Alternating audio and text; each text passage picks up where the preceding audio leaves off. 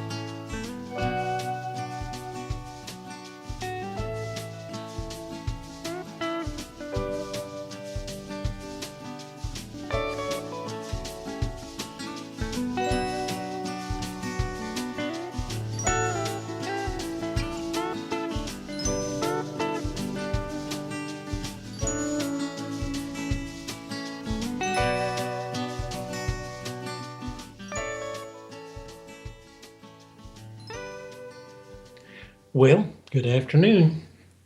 Glad to be here again today, here in the Texas studios and here wherever you are.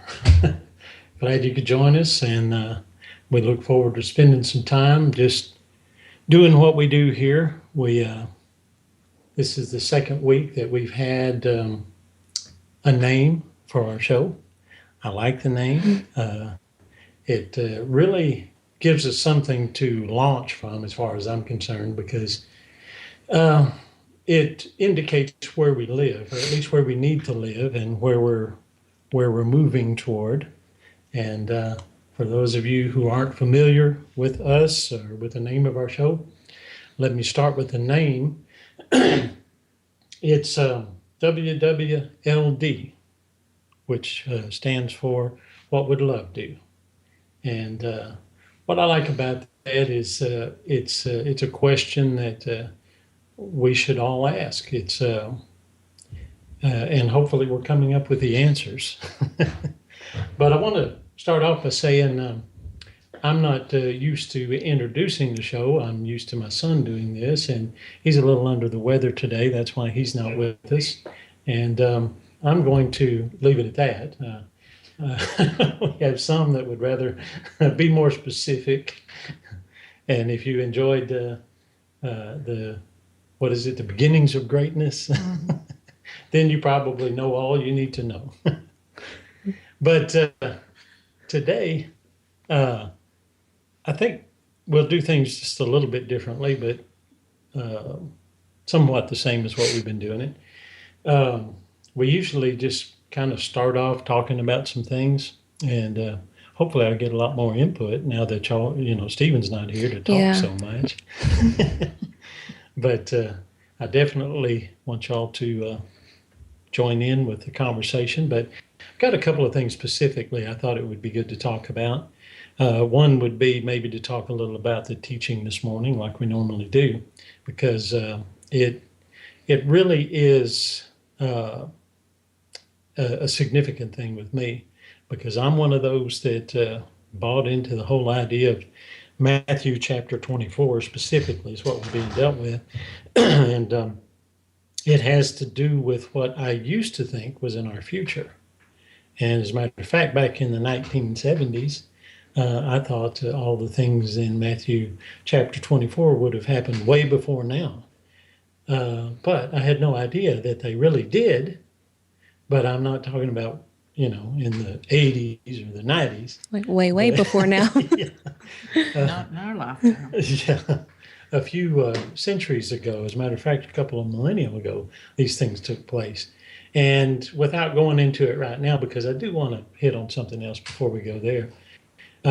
Gosh, after looking at it this morning, and I'm going to get y'all's, if you agree with me on this, it's so obvious. I mean, it's like, how did we look at that and not see how it had to be specifically something that was pertained to the people that Jesus was talking directly to at the time? But, so much of of what he had to say, even though indirectly, it affects us.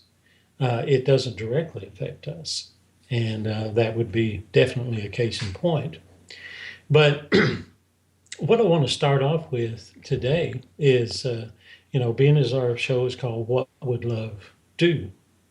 I want to talk about kind of the beginnings as we know it, what love did. I thought that might be a good thing to talk about a little bit because there's a very controversial verse of Scripture.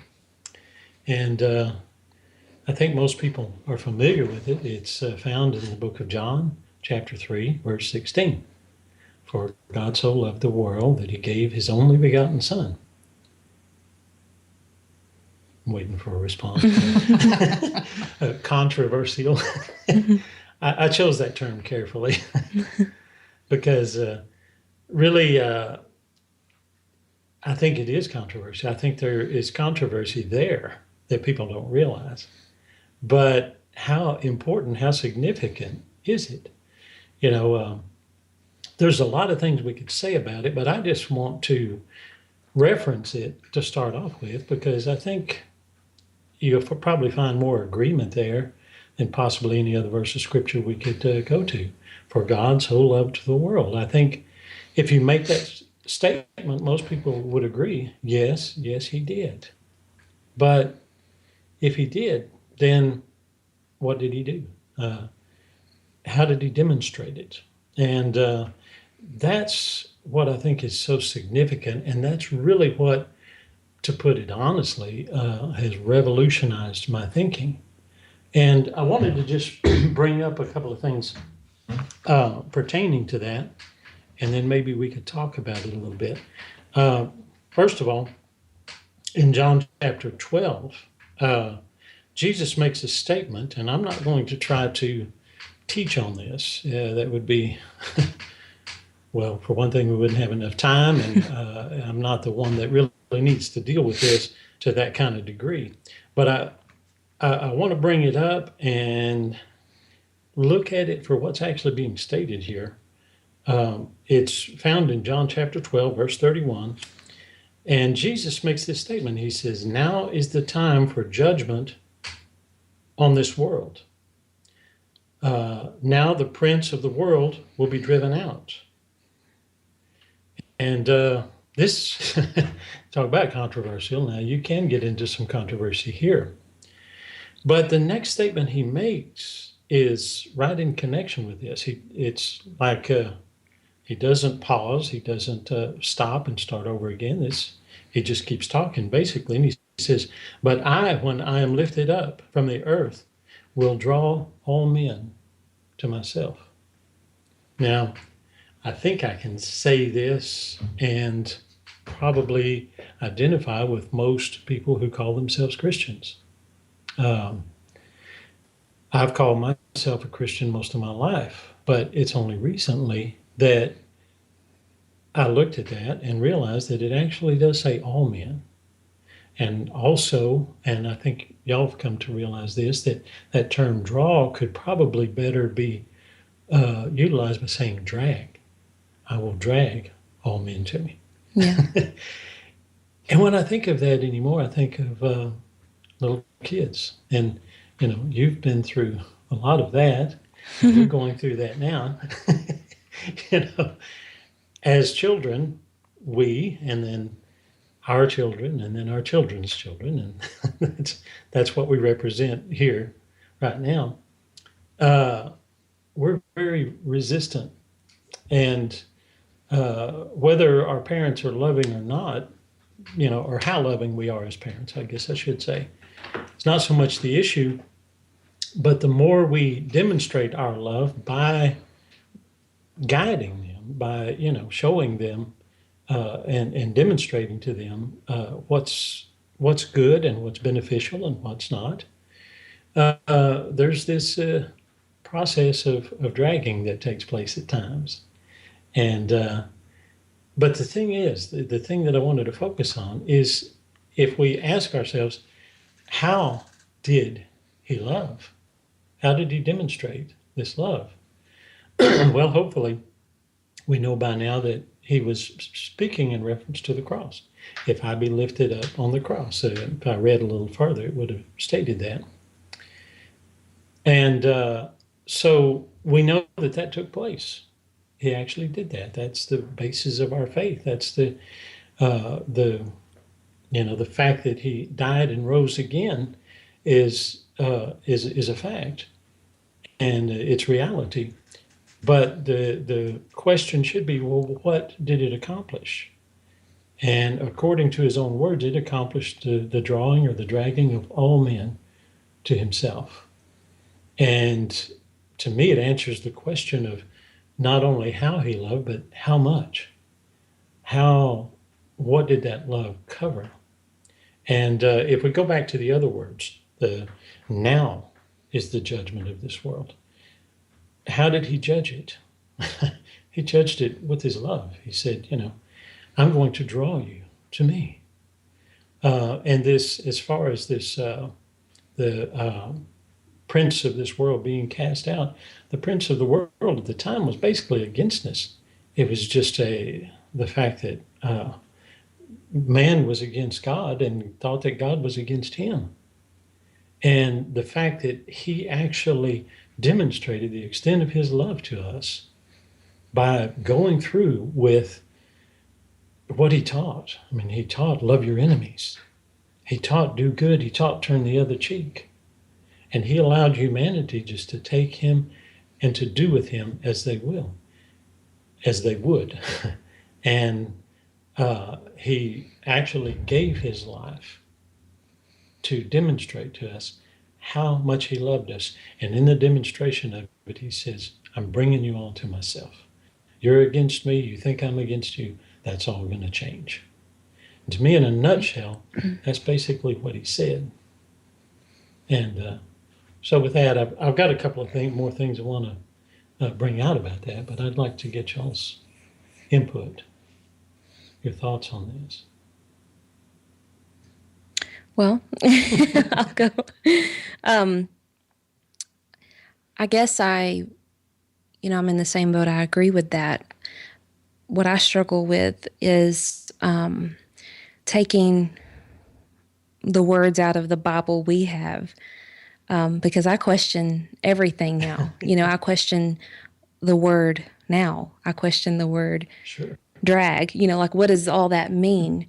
And, I know what it means in English and to me, and as a reader in the context that it is in our English, but I still question the whole concept of the Bible anymore, and, but I do agree that there is question there in the context that we've once read it, and that we should be able to raise those flags, and we should be able to put it on the table and look at it objectively. And so, yeah, I agree that, there's more than one way to read things, obviously. And so I wasn't there this morning, or I was there this morning, but I was with the kids. And so I'm just kind of on yeah, that's right. What's the co-pilot, whatever. And so, but yeah, I thought that was a good example. Well, I agree too. Just thinking about, how he showed his love, because man was resisting. I mean, to the point they beat him, they hung him on the cross, and they did everything they possibly could to stop his love. And it didn't stop. Right. But not only did he not stop, but he loved them even more so. He gathered us up in his arms. He said, regardless of what you've done, and regardless of your intention, I still love you and can always love you. I've loved you from the beginning, and I'll love you always. And he proved it. And I'm in agreement. I love that. Yeah.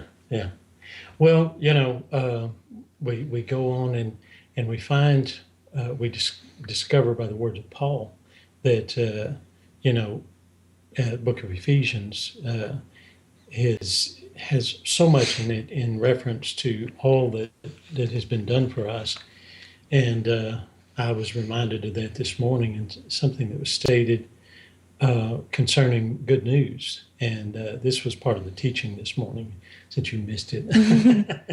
and you know, it's always good to fill in the blanks when you miss, because if you're like me, you know, you hate to miss any good thing. And there was a point brought out about good news, and this was in reference to Matthew chapter 24, when Jesus was dealing directly, and we'll get into that just a little bit. He was dealing directly with his disciples, the people that were right in front of him. They asked him a question, and he answered it. And basically, the question was, you know, how are things going to come about? When will the end of the age be? And how will we know? And he began to explain to him, look for this. This will happen, that will happen, and was very specific. And you would think, as honest and straightforward and truthful, you know, Jesus even referred to himself as being the truth. And so, if this was something that was going to happen somewhere beyond the year 2012, which by most people's explanation today, most Christians are still looking for these things to happen. But I think if that were the case, he wouldn't have directed it toward them. Of course, I know this to be the case, but if we can look at it honestly, wouldn't he have explained that to them? You know, you don't need to worry about these things. This is not going to happen in your lifetime. As a matter of fact, it won't happen in the lifetime of your children or your grandchildren. You know, it's centuries away. But no, he said, you know, look for these things. He looked directly at his disciples and said, you know, this is the way it's going to happen. This is what you need to look for. And let's see, there was something specific. I do that. I get to talking about one thing and lose track of the thing I was going to bring out. But I'll get back to that. But let's get back to the other thing just for a little while, because there was something that I was considering a little earlier concerning, you know, the fact, the kind of character that God actually has. You know, what is he really like? And if we go back to that question, you know, what did love do? Well, you know, if God is love and Jesus is actually God himself, I mean, he said, if you've seen me, you've seen the Father. And this picture that he painted of a father, you know, loving so much that he would give his son. And, you know, the son did come and he did do all that he said he would do. And the way he demonstrated this love, I was thinking about this, the situation with his disciples, just a simple thing that it's so easy for us to miss or to not see it for what it really is. You know, if you can imagine him washing the feet of the disciples. Now, these were sinners. These were people like us, you know, people like us. And they had all kinds of problems. And according to their law, probably every one of them needed to be stoned. And this law was supposed to be God's law. So what does God do? What does love do? It comes, or he comes to us and to show us how he really is, instead of stoning these guys. I like what Dr. Jones's dad, one of the things he used to say. I don't know how many times I heard him say it, and I never got tired of it. He'd stand up to teach, and he would say, how many of you are glad to be here instead of jail where you deserve to be? And, you know, there's a lot of truth to that. You know, I mean, how many of us have committed something in our lifetime that by the standards of the Old Testament, of the Old Covenant, the law, deserve to be stoned? And, you know, instead of, when God came, the one who supposedly gave us this law with its commands and so forth, instead of stoning these men, he washes their feet. And then he makes this statement, he says, and at the time, one thing I didn't bring out about that particular text, which there's a lot of things I didn't bring out about that particular text, but is that obviously they didn't understand what he was talking about when he made this statement. It wasn't until after his death, burial, and resurrection that they understood what he was talking about. And of course, that was a lot of what he said. It wasn't understood until it was accomplished. Well, that was one of the reasons he came, is to show them who he was, because they totally misunderstood who he was. Exactly. And they misrepresented his character. Because they believed in law and killing and stoning, and that wasn't who the Father was. That's not love. Right. And so that was another reason that he came, was to show them, I'm not like that. Mm-hmm. That's what I was just thinking too. Once again, I didn't get to hear the teaching this morning, but, before Jesus came, there was sacrifices made out of fear. Everything people did, they trembled out of fear. They were taught to fear. Everything was about being fearful of God. Yeah. And then, I could just picture, just in my human perspective, God saying, okay, I'm going to show you how I am. And, here comes Jesus. And completely someone to not fear, just complete love, nothing but love. And his entire walk was just love. And then he's gone. And he died in love.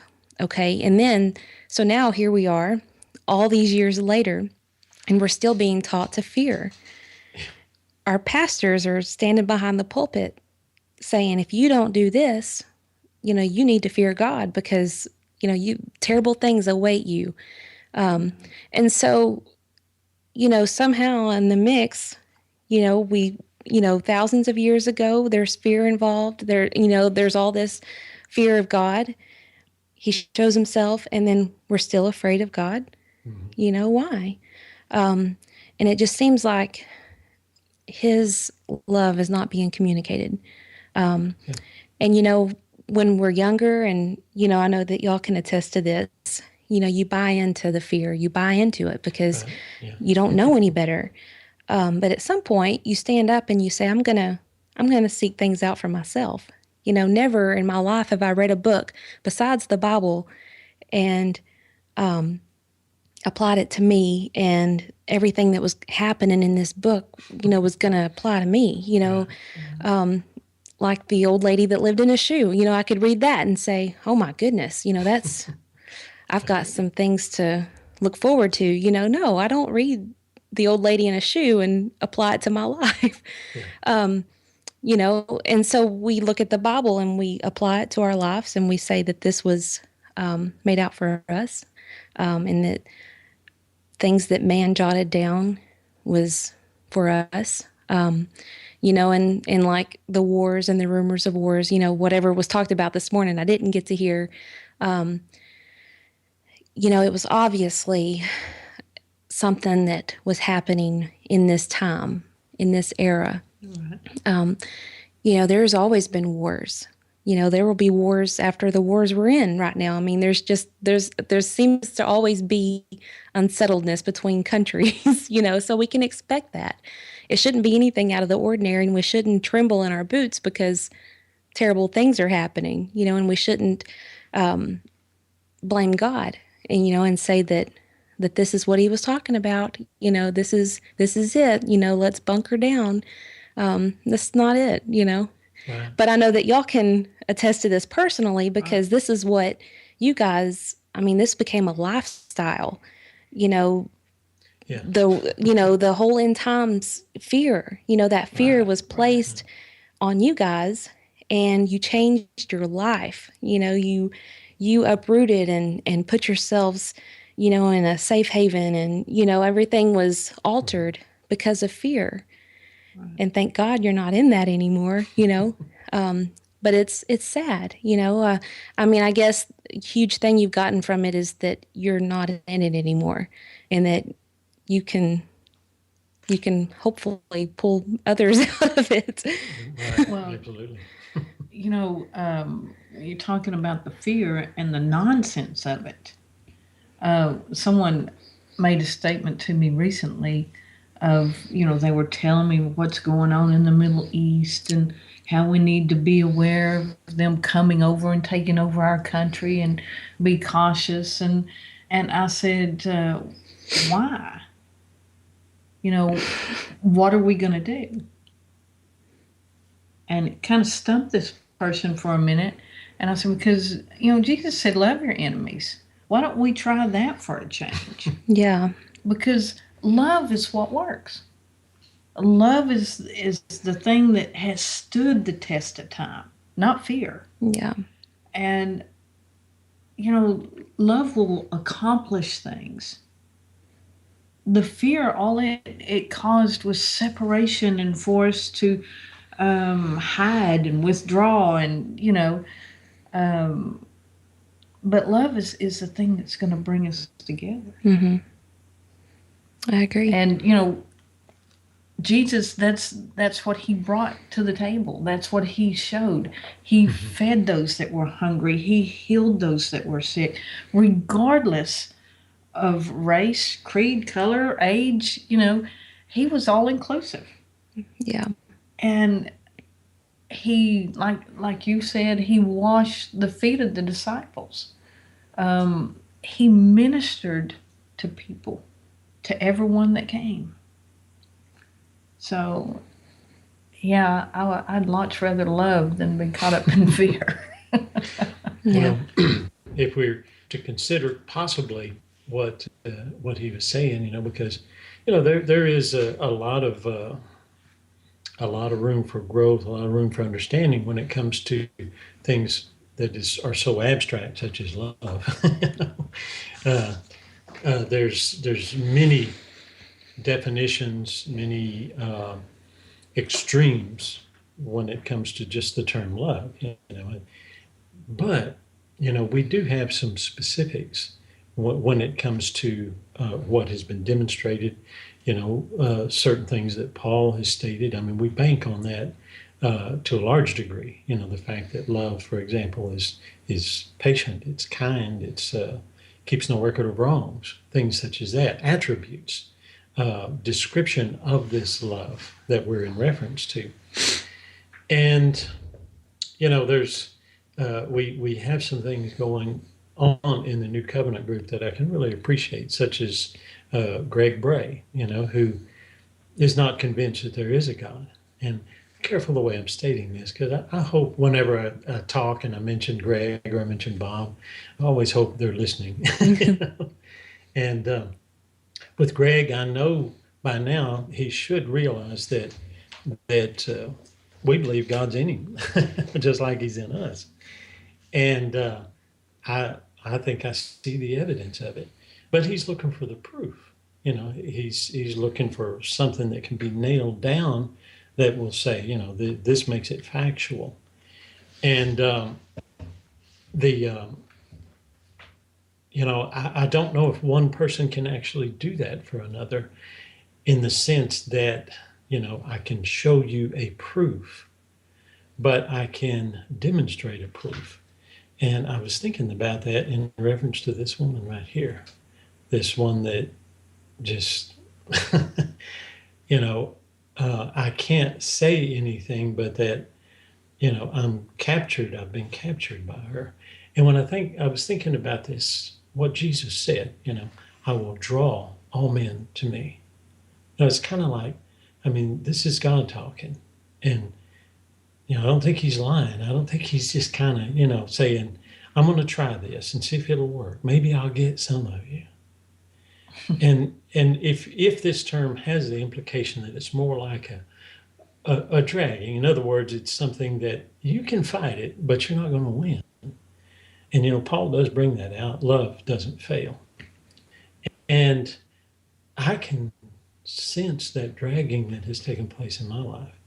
I mean, it's like the more we grow in this thing and the more we realize and recognize of this character of God, as we really, I want to bring this up because I didn't quote the rest of John 3:16. People like to say that whosoever believeth in him might have eternal life. Well, I'm sure that has meaning to it too. But one thing that Jesus does do for us, that we find in John chapter 17, is he gives definition to this term that we refer to as eternal life. And it's knowing him. Yeah. And it's actually not dealing so much with a time element, but a quality element. And that becomes more and more proof of the connection between what he said about himself and what we find in our own existence, in our own lives. And I can say for a fact that I have been drawn, I have been dragged, and it's something that you find yourself not resisting, because it is life itself. It's the joy of living, and it's wonderful. I agree. And so you were talking about Greg Brahe. Oops. Something that I can appreciate is that he does question and he does want proof. Sure, absolutely. Because I can remember just from when I believed in hell and I was first presented with the possibility of there not being one. I just said, no thanks. That you're wrong. Yes. I didn't ask, I didn't ask for proof. I didn't want proof. I didn't want to even tread those waters. Entertain that thought. Yeah. God forbid me question for one, but also you're so close-minded sometimes that you don't want to let any new information in, any new stimuli that might start getting the brain to work, and so, you can appreciate that about people. And before I couldn't stand it, like, how dare you say that you need proof? It's in our Bibles, that's all the proof you need. And that's simply not. And if you don't believe this, go to hell. Exactly, because there is one, and so that's simply not it. And, I can appreciate people like Greg so much more now. Because that's what honesty is. That's whether you're atheist or not, you're honest, and you're going by facts. And so kudos to him for seeking truth, no matter what it is, he wants things to be proven. And that's something I can say that I'm just now, in recent years, understanding the importance of. And so, and that's with, everybody associated with the New Covenant group. This is about being honest. And I can remember a time where, I just lied to myself to get by. I was happy in my own little world and my own little thoughts of who God was.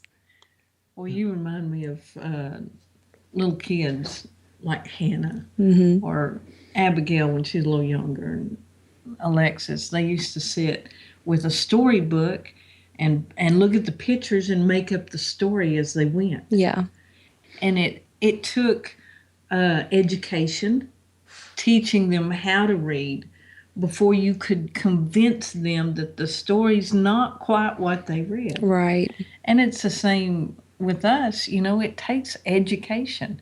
It takes someone teaching us how to read and how to recognize the character of our Father. Right. And so it's hilarious to listen to the stories that little kids make up. Yeah. And they're so convinced that this is what this book says. They could be going off of the pictures or what they ate for lunch that day. The grass is pretty. It's just whatever is in their minds that they go by. And we were the same way, and we were adults. Yeah. And, if somebody told us. In some respects we were. If somebody told us what to think, we thought it. That's okay. I believe that. There was no question about it. And that's sad. I'll say we were adults in our own thinking. Yeah. In years. Yeah. Well, you did bring up the fact that we were involved in a thing. Then, really, I guess, it helps to sympathize with people who are there, because, we were actually trying to be more honest, and go with what we believed. If we had tribulation coming, if we had terrible things coming, and, we need to take action, Right. We've been warned about these things. And really, that aspect of Matthew 24 and the thing that Jesus was dealing with his disciples, it was a warning. It wasn't a threat. And that was one of the things that was brought out this morning. And, I hope everyone listening is familiar with Matthew 24. If not, go there, because it is where he's dealing with the end of the age, how it's going to come about. And it obviously came about in their lifetime.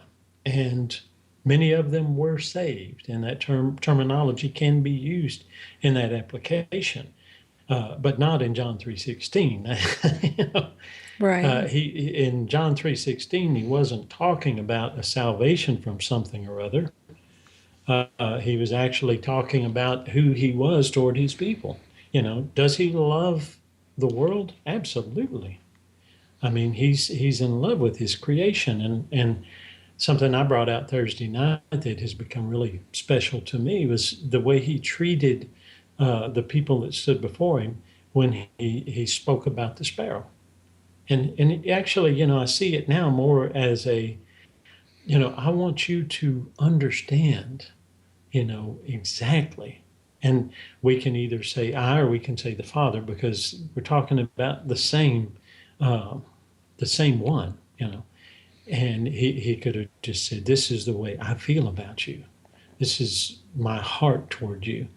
And he said, a sparrow was sold for a couple of pennies. I don't remember the exact amount. But he said, your father, the fall of a sparrow doesn't escape him. And he said, you are worth so much more than them. He just come right out and said that to this sinful man that thought that he wanted them to stone each other, And that's the way he is. And, that's what he's given us, actually. That kind of caring, that kind of compassion. And it is there, but unfortunately, as we've experienced in our lifetime, it's hindered, it's quenched. And I'm using some of these Bible terms that we might be familiar with. I like what Bob Greaves said the other day. We're not depraved humanity like so many have been taught, and like I believed. I'm sure that y'all probably been there down through our growth process. But we may be retarded. We are, and that's that can be a mean term, but not to use it in a mean way. For something to be retarded would be for it to be slowed down in the process. And we've been hindered by the things that we've been taught to believe. And as you said, we just believed it, and until we really began to question, or someone, shook us up enough to get us to question. And, there's nothing more wonderful. And I will bring up something else that Dr. Jones brought out this morning. It was very encouraging to me. Most of the time when you see the term repent and the way it was utilized by the ones using it at that time, or at least the English rendering that we have of it, he was really, it was more of a, think about this, consider this. Because, he wants us to participate. That's our part. That's our part of the deal, Yeah. And unless we're willing to think, then we will just be kind of like Paul described, we'll just be tossed back and forth by waves. Yeah. We know what that's like.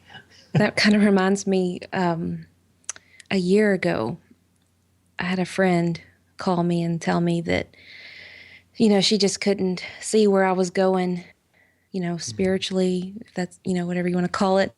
Um, she didn't agree with things. It was time to cut me off, and I was a little shocked, and so I argued with her the best I could, on the spot.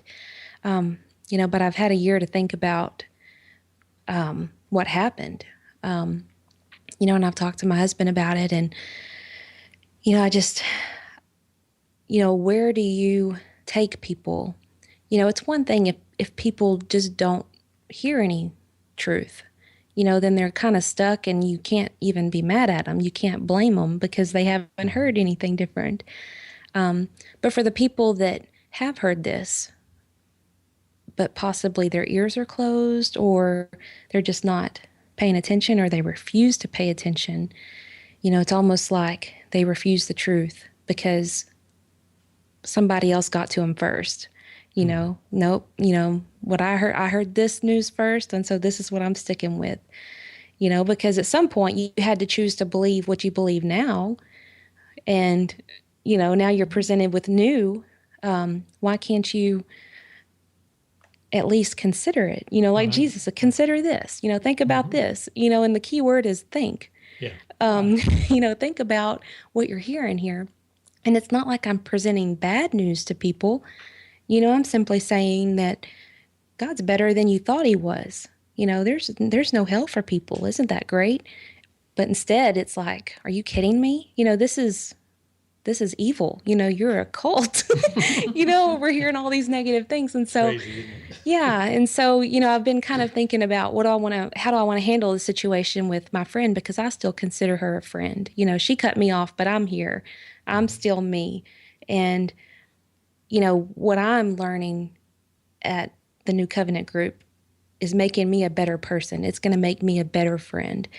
And so I want to be there. I want to be able to just kind of represent some things, because I feel like I've learned a lot over the past year, and I feel like I've maybe gathered some thoughts together too over the past year. And so anyways, I'm about to be facing that, hopefully, but it has gotten me thinking, why is it just because she heard this first that's what she's going with, when there's something that sounds better here, but they refuse to go with it, It's amazing that people set their minds in what they believe and don't want it changed. Because we change every moment of every day with everything else. Yeah. I mean, everything. I don't cook the same way as I did 5 years ago. Yeah. I don't clean the same way. I don't look the same way. I don't dress the same way. Right. Everything in my life changes. Why can't we allow our minds to change spiritually? Yeah. It's kind of like what we talked about, I think it was 2 weeks ago, how we need to be on a health kick, with God. We need to get healthy here and feed ourselves with the good stuff and trim away the fat, trim away the bad stuff, throw the other stuff in the garbage, because that's what it is. And so that's what we need to do. Given the signal that I think we're probably down to about 4 minutes by now, 3 or 4 minutes. So we'll have to wind this down. But I wanted to respond to what you just said. And I think it'd be a good way to end the program today, actually. I think people, and probably speaking from experience, because we're looking for something constant in our lives, something that we can nail down, something that we can depend upon. Would you agree? I mean, we felt like we had that in the past. I mean, we can stand on this. This is not going to change. Everything else may change, but this won't change. And as this began to be exposed, in so many ways, and so many things began to be challenged in our thinking and so on, it was kind of tough going through a lot of that. But one thing that hasn't changed and we can be assured it won't change, is the one thing I think that we were most afraid would change. And that is that we do have a creator. We do have a God, and not only, is that a constant, but the fact that he loves us. Yeah. And that will never change. He will never leave us nor forsake us. He'll always be with us. And as we continue to grow together, we will enjoy and experience that love day in and day out. It's always there. It'll never leave. And that's where people need to get, because the response that you got, I'm sure it was out of the thing that you talked about earlier, the fear. Mm-hmm. We're taught to fear and to be afraid of things that would change that very thing in our lives. Yeah. And unfortunately, I think we've been involved more in superstition than we have in faith. Yeah. Pretension. By the same token, what you were saying about being on a health kick, you set goals for yourself. And the only way to reach the goal is to be constantly, persistently changing to meet that goal. And, I have a goal spiritually, and it's to be perfected. It's to know all about my Father and his love. And so I look forward to changing. I look forward to my mind changing. And the way I look at people, the way I live, the way I look forward to maturing. I agree. And I know y'all do too. Mm-hmm. Yeah. Yeah. It's wonderful. Yeah. Well, stay tuned for Greg Brahe and Bob Greaves. They are next, and they're going to have a guest, but I don't remember his name. And at 8 p.m., Dr. Jones is going to be on with Dr. Boyd Purcell. I think that's how you say his name. But anyways, should be an interesting evening, so y'all stay tuned. Yeah. We love y'all.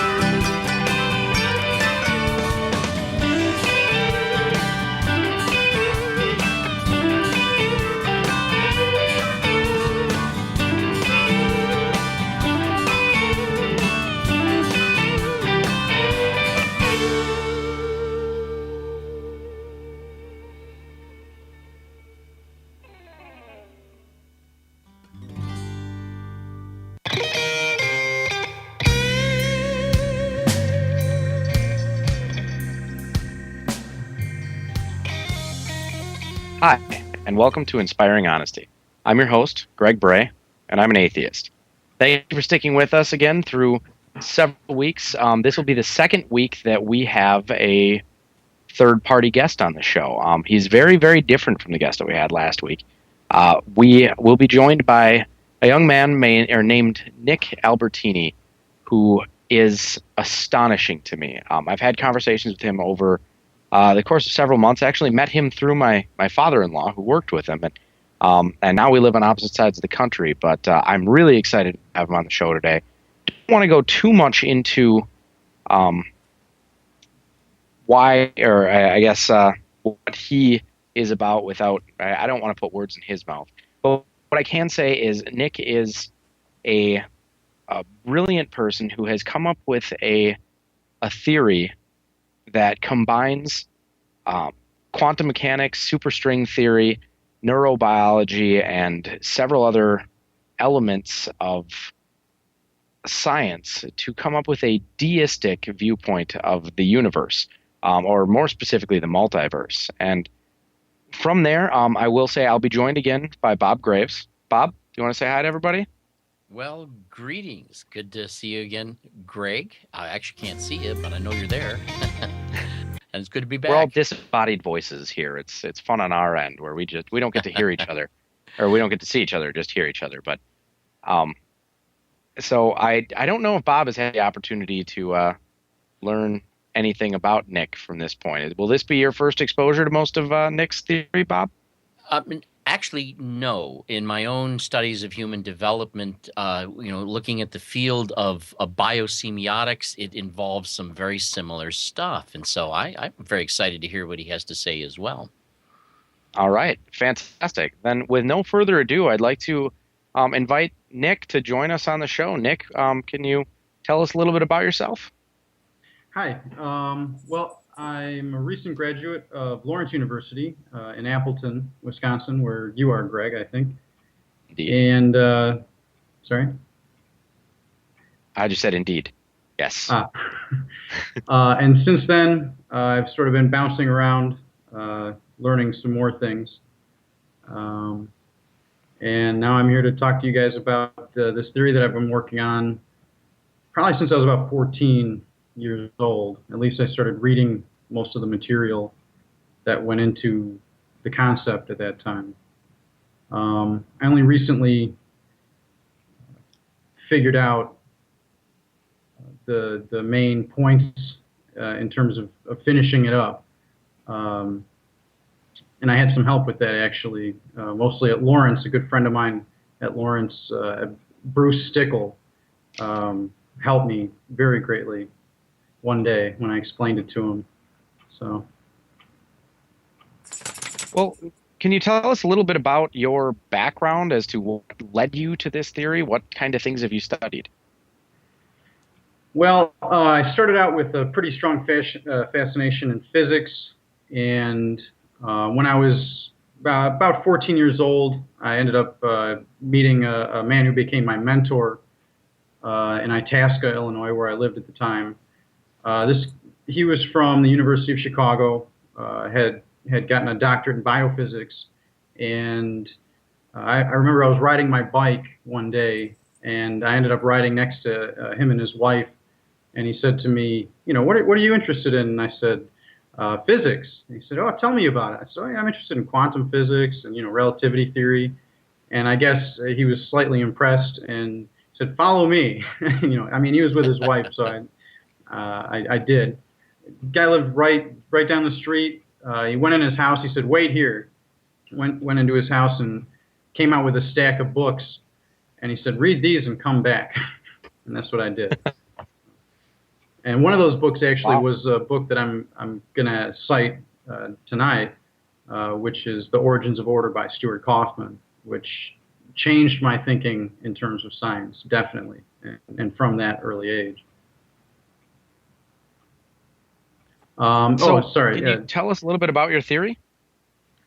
Just a brief general overview before you get into, and to the audience, we've done a 2-hour special today because Nick's theory is very complex. It involves very high level physics and some mathematical theories, some biological theories, and things that go very in depth into science. There's going to be some very technical terms, and Nick has been gracious enough to scour the internet to find videos put together already that he's going to reference a few of to get a better understanding or a better visual for the viewers. But Nick, I'm asking you to do a brief overview in general, and then we're going to kind of let you loose and let you show your theory. The reason that we wanted you on this show is because I'd love the audience to understand that science and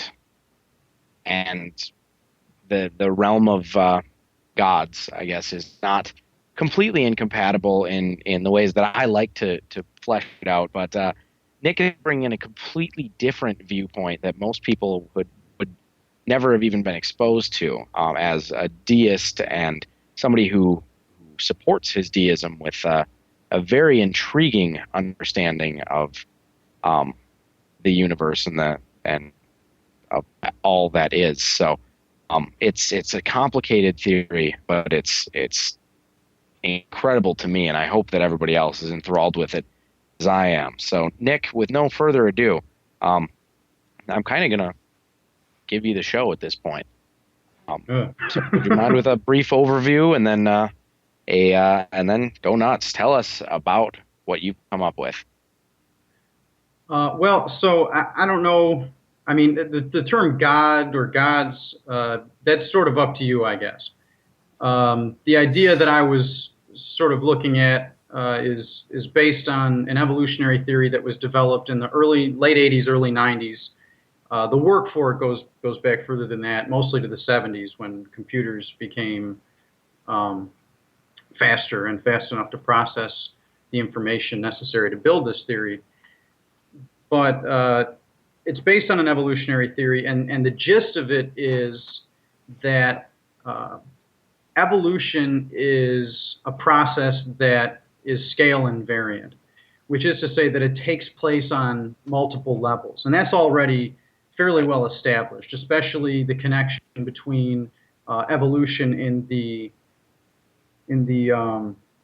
genetics realm with molecules and autocatalytic molecules or proteins and things like that, DNA, and the connection between that and neuroscience.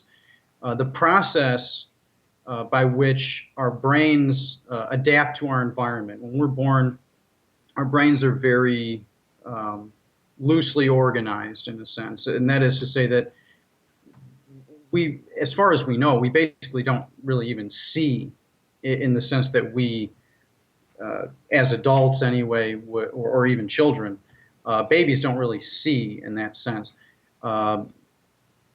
They're sort of overwhelmed with sensory stimulation, but it is radically nonsensical at first, right? Yeah, that's right. And there's been experiments, terribly cruel experiments actually, on cats that have demonstrated this very well. But they did demonstrate it. Basically, there's a connection. The way that your neurons form and connect to each other as you learn is essentially mathematically identical to the way that your genes evolved over time and the species preceding man and things like that, and all species in the tree of life that we know of. So that's fairly well established. So the process itself, the process of this kind of evolution, which I'm going to call Kaufman's dynamic, or sort of, I guess maybe to coin a phrase, Kaufmanian evolution. Kaufmanian, you know. We say Darwinian, so I don't think that's too radical. Seems appropriate. So this Kaufman dynamic, which describes, and this is sort of the standard model of evolution today, this Kaufman dynamic describes both evolution in molecules at the DNA level, in the case of animals obviously have DNA, and it also describes very well, actually, the process that occurs in learning and the formation of synaptic networks in the brain. So it's fairly well established anyway that this dynamic in particular is scale invariant, at least on that scale. And that's a pretty big change in scale when you consider that molecules are much, much smaller than neurons, and your genome is much, much smaller in scale, obviously, than your brain. So the basic crux of the theory is that, being that this is a scale invariant process, there is absolutely no reason to think that it doesn't occur on the M-theoretic level, or at the level of the universe or the multiverse. And that's not my idea. In fact, that's sort of Lee Smolin, who's a physicist who proposes this, and we'll sort of get into that. It's become very common, I believe, and I agree with it. Yeah. What I'm arguing is that because of this mathematical association, because it's essentially the exact same process as thinking, and for other reasons which I'll get into, that we should consider that the multiverse essentially is alive and living by the definition in biology of life and living processes, and that it's thinking. That the multiverse, for all intents and purposes, and by definition mathematically and scientifically, is thinking. If it's infinite and it is a thinking functional neural network, as it's called, then its definition would be as an infinite functional neural network, which is the basis of our reality and appears to make choices, at least in the mathematical sense, and in the sense I think that we mean as well, as to what new universes are going to look like. And with a quantum level brought in that even allows for randomness and choice. I wouldn't say randomness. That's okay. Randomness is an issue in a sense. It's a mathematical issue. Randomness is non-deterministic.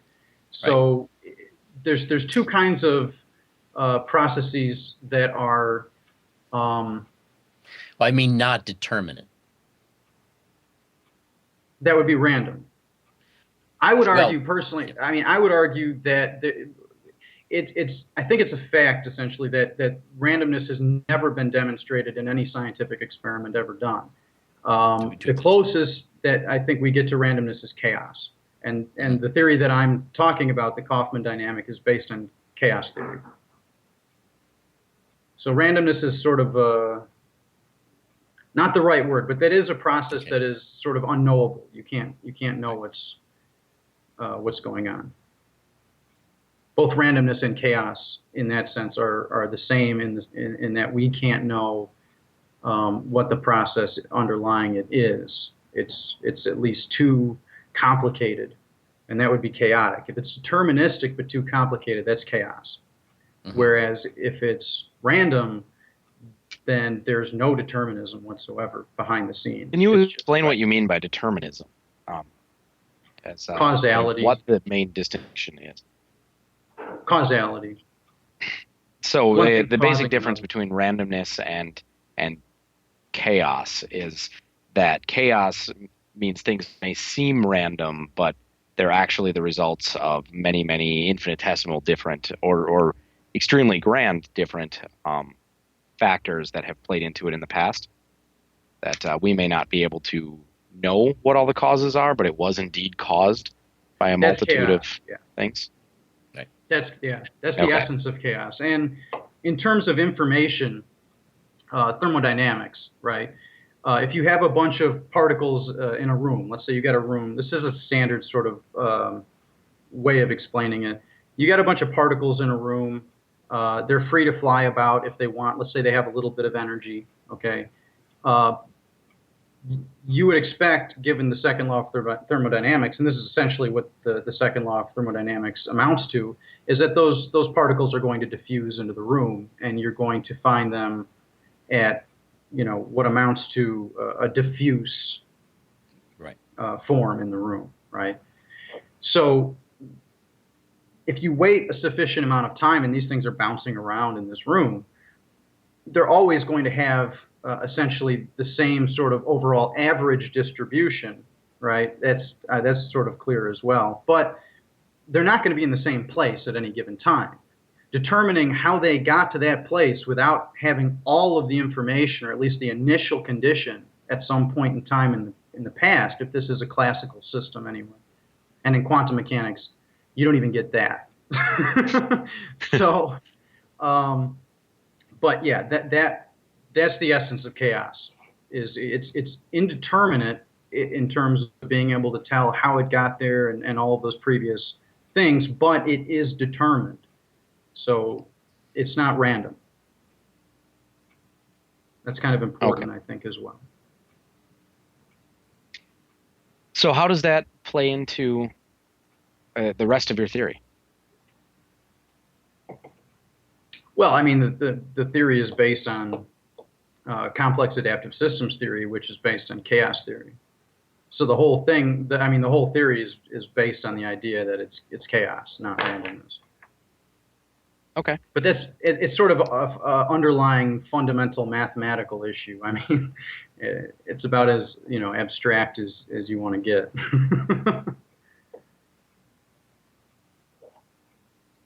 So what else can you tell us? Well, okay. So basically, to start with what Kaufman did, he built on the work of a lot of, especially computer science scientists that went before him. He happened, however, to get access to the supercomputer at Los Alamos National Laboratory, which they used for fluid dynamics simulations to simulate, thermonuclear detonations to make really efficient bombs. And with that, he created a series. He went through and did a bunch of what are called NK Boolean networks. And it's basically, it's a network that's defined by two basic numbers, obviously, n and k. N being the number of nodes in the network, and k being the number of epistatic interactions between nodes. Epistatic meaning, just what it normally means in biology and in genetics. The number of interactions that each node has with other nodes in the system. The networks that he created usually started out sort of randomly distributed, so the connections were randomly distributed. And again, when mathematicians talk about using randomness, and especially with like computers and codes, what they're really talking about is a random string, which is really a pseudo-random string, which is generated from an algorithm, which is technically deterministic, but for all intents and purposes, it might as well be random. So it results in something that seems to be generally distributed. Yeah, and you can essentially replace one pseudo-random string with another, and you're going to get, hopefully you'll get the same result. It depends on what system you're working with. In his case, you would get the same result in a complex system like that. So what he did is he simulated evolution of genomes in a state space, which he ended up calling a fitness landscape. And this is essentially an extremely high-dimensional fitness landscape. The dimensionality, I believe, is n-1. So if you have 1,000 nodes in the system, then the number of dimensions in the system is 999. So this is, extremely high-dimensional state spaces. Sorry. Wow. Anyways, what he found was that, and hence the name of the book, which is, I've got the book here anyway, The Origins of Order, Self-Organization and Selection in Evolution. He put self-organization first, and the idea is that selection, in the Darwinian sense, actually takes sort of a back seat. Now, it's still inherent to the process, it's still absolutely necessary to the process, and it doesn't refute Darwin and Darwin's theory. What it does is it adds another aspect to it, which appears to be at least as important as the selective aspect. Of course, in Darwin's time, the distinction between randomness and chaos was unknown. Chaos theory really was born in the mid-60s with Lorenz, and he was a meteorologist studying weather patterns and discovered the chaotic attractor. So the distinction wasn't made in Darwin's time between something that was random and something that was chaotic. What this does is it takes chaos theory. It also uses what amounts to advanced computer technology, of course, compared to anything that even Lorentz was working with in like 1964. Way faster, way better. And this was a supercomputer in 1993, essentially your laptop today. But so what he found is that these systems self-organize, and that the same processes that we see in the fossil record in terms of ecosystems evolving and collapsing. In fact, in the fossil record, many times ecosystems simply collapse. And we're finding this today, actually, of course. If you remove, for example, this is sort of an idea. This is what's called, in the book anyway, this is what he calls a complexity catastrophe. We recently had one of these in our economy. That's for real. That's what they're calling contagion. Contagion is essentially what they're calling in economics a complexity catastrophe. But what this is if you remove the center piece of like a food web, if you remove a key species, you can get a cascading effect that essentially destroys the entire ecosystem. So those sorts of things occur. There are mass extinction events in his computer models. So it very quickly became the book was published in 1993. This model of evolution very quickly became the standard model of evolution in biology today, and for good reason. And now it's being applied, of course, not just in evolutionary theory and biology, but also also in economic theory, and obviously in artificial intelligence and neural networks and studies of the brain, neuropsychology and things like that. So I wanted to chime in on my own personal little campaign here. Is that this is one of the things when people talk about how and people criticize the theory of evolution as if it cannot be true. I don't think people understand quite how much they're criticizing when they talk about that. I mean, the theory of evolution is nearly indistinguishable from markets, from cosmological evolution. There's so many different ways that they are all intertwined and independent that to say that you don't believe in one of them is to basically refute most of all scientific knowledge in the world today. I've never met anybody who says they don't believe in evolution and seems to even have a small understanding of what's really involved. They're dismissing something they really know very little about. Well, I'd say what they do know about it tends to be misinformation as well, and rather intentionally so. But I'm sorry, I didn't want to cut you off there, Nick. I just that is a very important crusade of mine to get more general acceptance, or rather to end the far too general denial of evolutionary theory in the United States. I mean, sort of as a side note, and just to hit upon what you guys are talking about, from what I've seen, it seems that people who tend to deny evolutionary theory, probably don't know that much about it. But if they do, it usually is Darwin's theory. And, you'll find biologists today that don't even know who Kaufman is. That's something that will happen, So it takes time for ideas to spread. There's certainly more to it.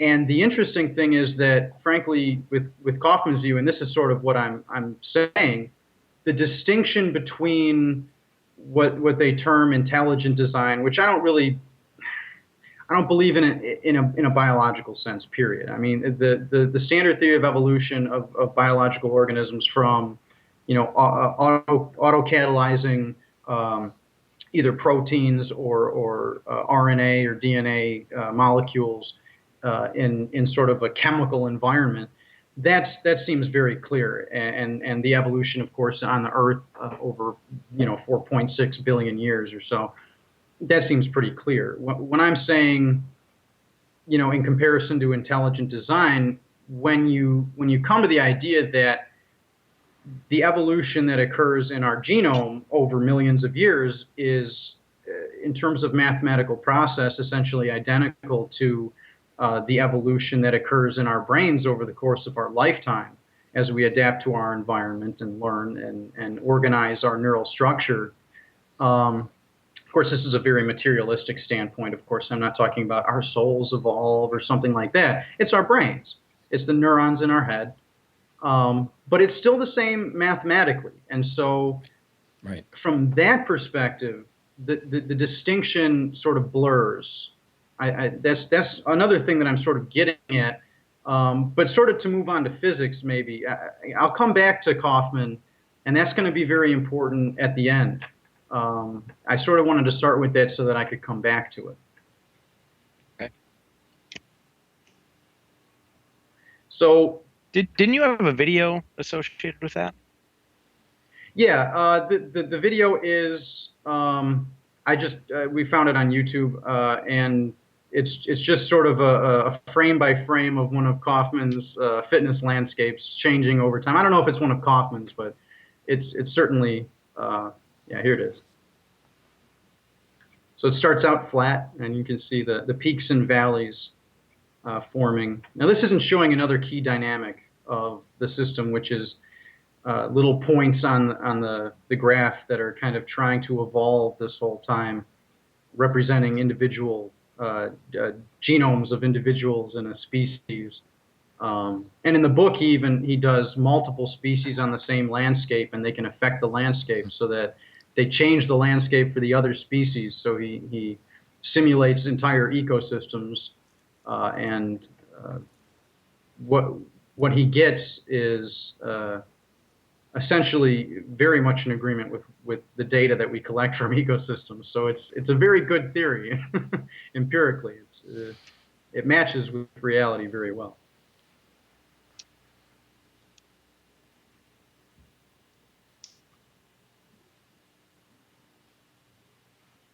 But we'll get back to that. We'll definitely get back to that. Yeah. But I want to dive into the physics before we run out of time in the end. Okay.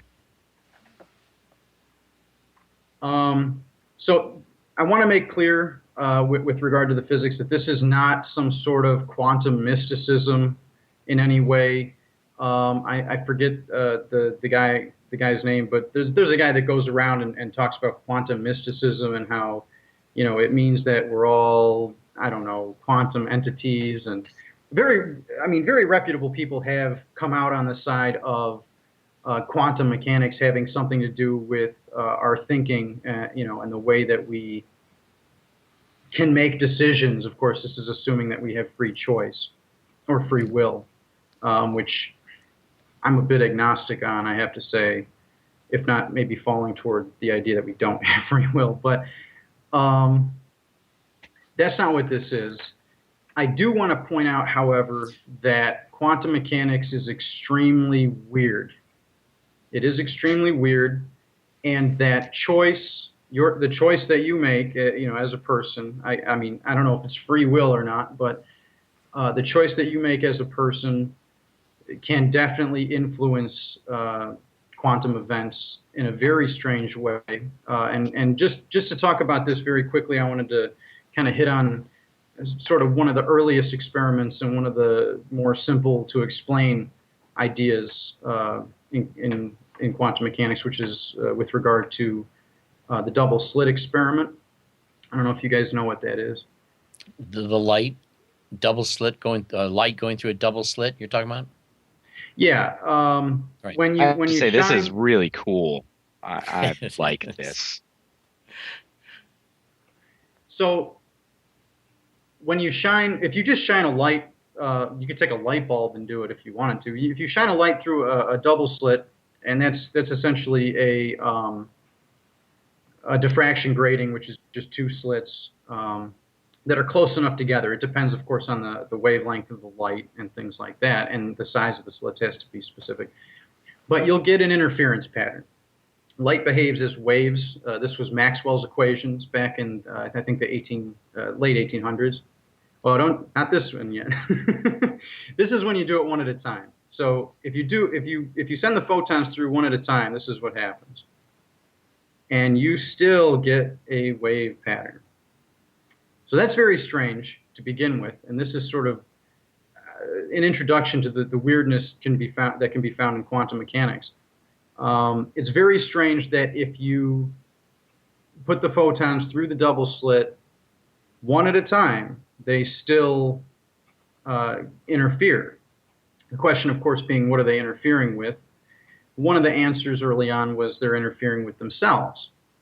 That answer didn't make a whole lot of sense, because then what they did is they put a detector at each slit, or you only have to put it at one of the slits, of course, to see which one that photon went through. You can use an electron too, makes it a little easier. It has a charge. But you can do that with electrons as well. When you put a detector at one of the slits, you know whether or not it went through that slit. If it didn't go through that slit, obviously it had to go through the other one.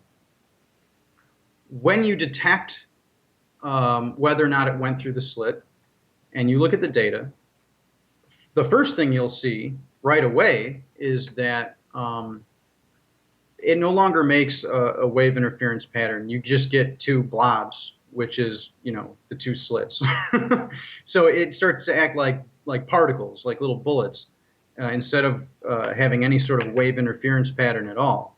Now that's it acting like little bullets. And later on in this little short clip here, you'll see that this is actually, they didn't have any detectors set up because it did a waveform. You can see the interference pattern. You can see that it looks like a wave. And that's an interference pattern, but again, the particles are going through one at a time. Now, if you do that with a detector, you don't get that. What you get is two blobs. So, interestingly enough, it's not the detector. Having the detector at the slit doesn't matter, really. You can turn it on. Having it on doesn't matter. You can record the information, and that doesn't matter.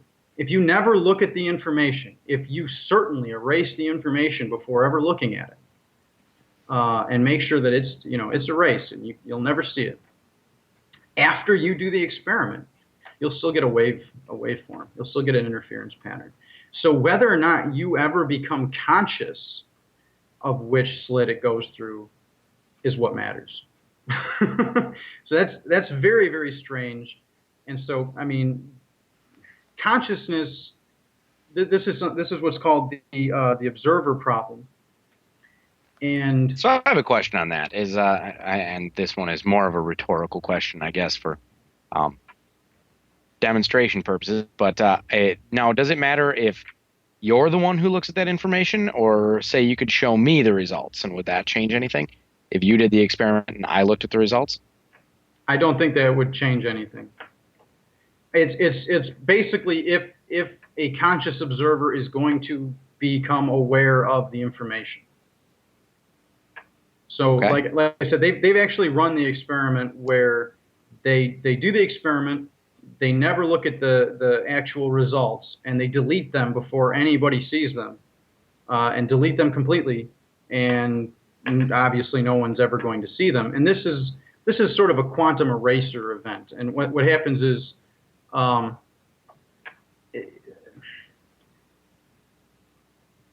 you're basically changing what happened in the past by the decision that you make in the present. And in quantum mechanics, this happens in other ways, but this is an easy way to talk about it, and also involves the observer problem. So there's other things in quantum mechanics that seem to have causes in the future of their effects. So that the effect precedes the cause. That happens all the time in quantum theory and in quantum mechanics and in experiments. So it's not just the theory; it happens when you're dealing. This is fantastic. I think that there's so many questions I want to ask you, but I want to let you get to your main point. So I won't do that at the moment, but we're going to have to come back to that. This is why we have a 2-hour show, is because I'm hoping that the things that Nick's going to talk about is going to bring up a ton of audience interaction and questions after the theory is fully fleshed out. So please continue. Well, the point that I'm just trying to make with this is that there is such a thing called the observer problem. It is a sort of a very strange thing that's not very easy to understand. Personally, I'm of the opinion that quantum mechanics doesn't, other than organizing how molecules interact with each other and the electrodynamics of proteins and molecules in neurons, which is just normal chemistry. I don't think that there's some sort of quantum, coherence that exists in the microtubules in the brain, which a very, eminent mathematician actually came up with this idea. But I don't think that that's actually the case, and I don't really see a lot of evidence, especially because of the neural networks and the artificial intelligence studies and the study of that sort of thing. It's very clear that we're able to build relatively intelligent neural networks today using essentially transistors as functional neurons, just binary, on-off functional neurons that either give a 1 or a 0 to the next functional neuron in the series. And that's quite capable of developing facial recognition systems, voice recognition systems. Those are the main things that we, as in the public, would have contact with and actually, use today. But it doesn't require any sort of quantum coherence in the network or anything like that to do that. So the idea of quantum consciousness in that sense, I don't think that quantum coherence in the brain is necessary for consciousness at all. But that's me. I gave my reasons there, why that is. But would you agree, Nick, that most physicists would consider that even really pseudoscience, the concept of, you've probably seen that movie, What the Bleep Do We Know, and the way they try to relate a lot of this in that way. Don't you think it has a reputation of being pseudoscience? I think it does have that reputation, but I wouldn't put it in the realm of pseudoscience yet. Do I think that that's a possibility? I don't think that we could necessarily rule it out completely. Of course, we haven't gotten to anything near human level consciousness with that. It would be very interesting to try to create an extremely intelligent general artificial intelligence and see if it can collapse quantum waveforms by looking at them. Or, there is, again, like I just said, the observer problem. But well, that's another question that plays into that, is how conscious does the observer need to be? I mean, if you show the information to somebody who doesn't understand what the information is that you're showing them, does that change it? If you show it to a child, show it to a chimpanzee or a dog, or can Schrodinger's cat collapse its own waveform and die in the box before you ever open it? I don't know. There is a direct viewer question as well, that how can you see the results if you've erased them? How do you know what they are? I'm assuming this is referring to double slit experiment, and how you know. How do you know what the results were? Versus, yeah. Like, how does it show up if you haven't observed it? Well, if you just straight up never record it, I mean, the point is that the detector being on doesn't do anything. The first experiment, I think, that is they just didn't put a tape in the machine. They didn't record it. But the detector was on, so the detector is detecting the particle and all of this. But nobody sees that. The detector sees it, but the detector is certainly not conscious. It's just a machine. And it doesn't matter. I think more specifically, it's talking about the results, how they can tell. Right. When you say there's a wave pattern or not a wave pattern. Oh no, you can tell me. It's you saw the wave pattern. You saw the wave pattern in that little video there. Yeah. The outcome was seen, but not necessarily the event. Yeah, you can see the screen. The screen has two blobs. If you record which slit it goes through, and you look at the data that tells you which one went where. The weird thing is, I mean, yeah, you're conscious and you're looking at the data, but do you really care if particle number 27 went through the left slit or the right slit? Does that even register in your mind? It doesn't matter. It registers somewhere because you get two blobs. You don't get that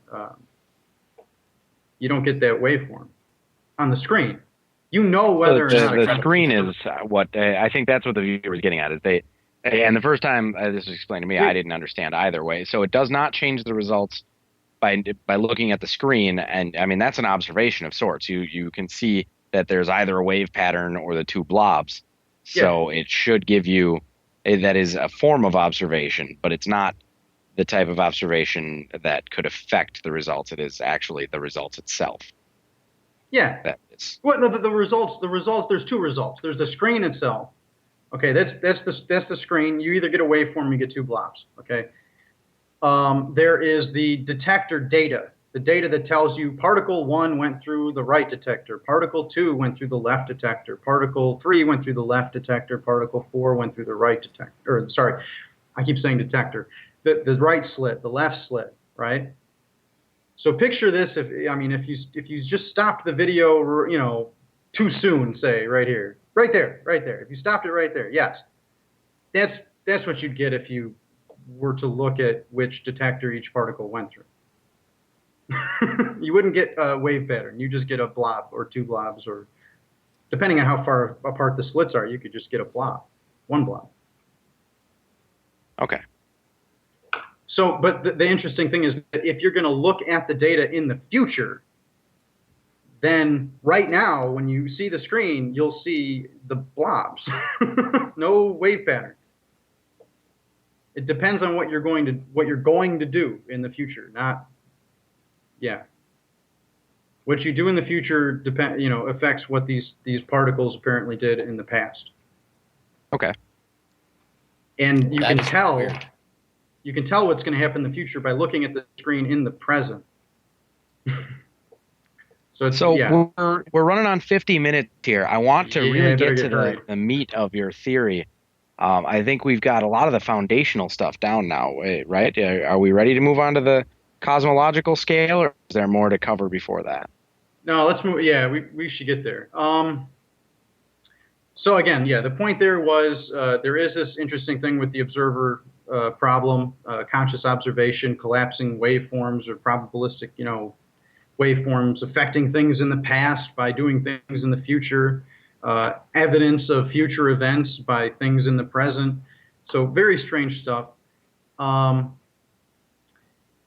there, oh, just before we go there, because we're still on the double slit, let's see this is interesting. MIT developed this crazy femtosecond camera. They can see a light pulse going through. Do we have that video? It's just a cool video. Yes. There it is. This is not a single photon or an electron or anything. This is a pulse of light. They just let off a very brief, like a camera flash kind of thing. But it's just a single pulse, and you can see it reverberating through the double slit there, and why it creates that wave pattern. So,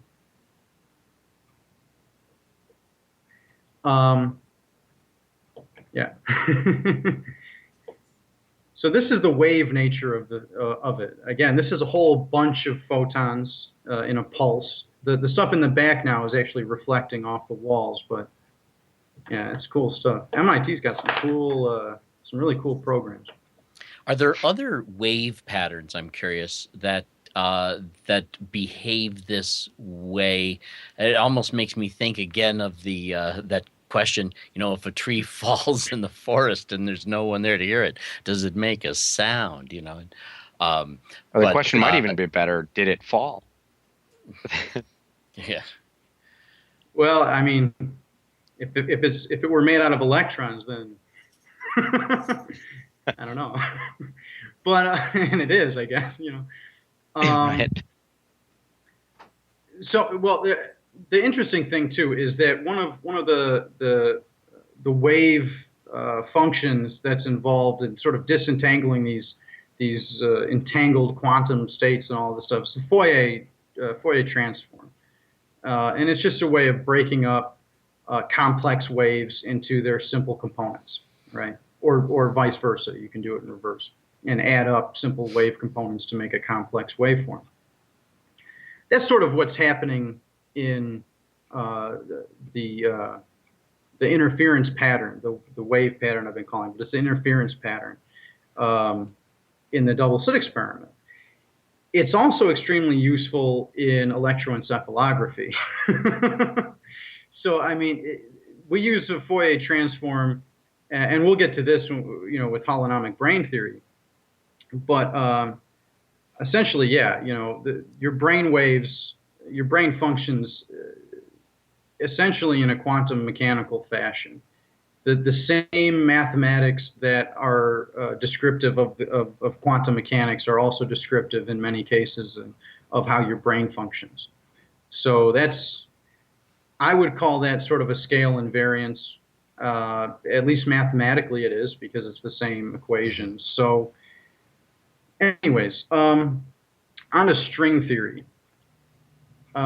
String theory is essentially the idea of using relativity theory, essentially space-time metrics, to build a theory of quantum mechanics. There's also a big push to use quantum mechanics to build space-time. So it's sort of approaching this quantum gravity issue, and where we run into quantum gravity is essentially at the black hole. So black holes are very strange objects. I don't know what the audience may or may not know about black holes. So, you guys know about black holes? Well, the audience in general, we try not to assume too much or too little, but basic rundown is always appropriate.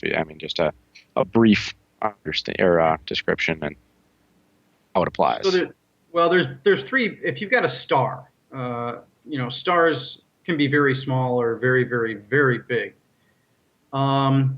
If you've got a star, there are three basic states it could collapse to, and it could collapse to an electron degenerate, which is where the gravity is so strong that it compresses all of the atoms down to where all the electrons are squished just in the lowest orbital that they can possibly be in without falling into the nucleus.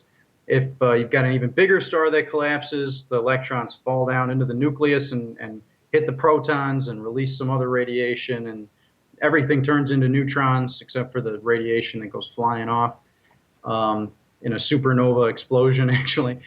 And that's a neutron star. It's very, very dense. But some stars are so big that when they collapse, they smash the neutrons down into God knows what. Right. So when that happens, there is no force at that level which can push against that strong of a force of gravity. Because remember, this is a huge, huge star. It's more than something like, I think it's like 2.4 to 2.8 times the mass of the sun. When it collapses, and most stars, when they explode, they blow off a bunch. So this thing had to be really big in order to make a black hole. When that happens, the old theory was that it just keeps collapsing. And since there's nothing to stop it from collapsing, it collapses down into a point, which is called a singularity. I'm not so sure about that anymore. There's been some interesting work by Professor Mathur, I think at Ohio State, to suggest that it might be a fuzzball of strings, but that's not going to matter very much for this discussion. But the idea, of course, originally was that it would collapse down to a single point, which was infinitely dense. And here's a problem, actually, in physics. Yeah. Infinitely dense and infinitely, that would imply infinite mass in some sense, and or infinitesimal volume in another. Divide by zero error. Right. Yeah, exactly. Dividing by zero is the problem. Yeah.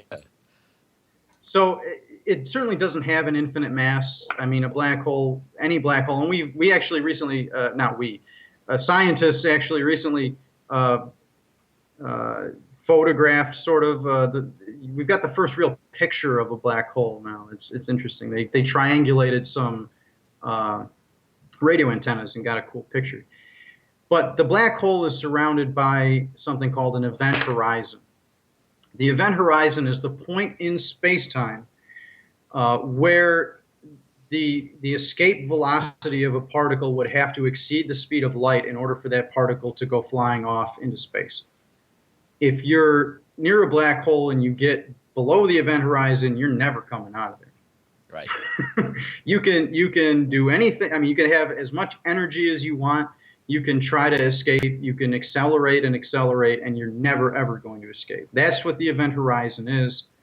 It's pretty straightforwardly defined today. We know that they exist now pretty much. I mean, I don't think there's any question whatsoever that there are event horizons surrounding black holes.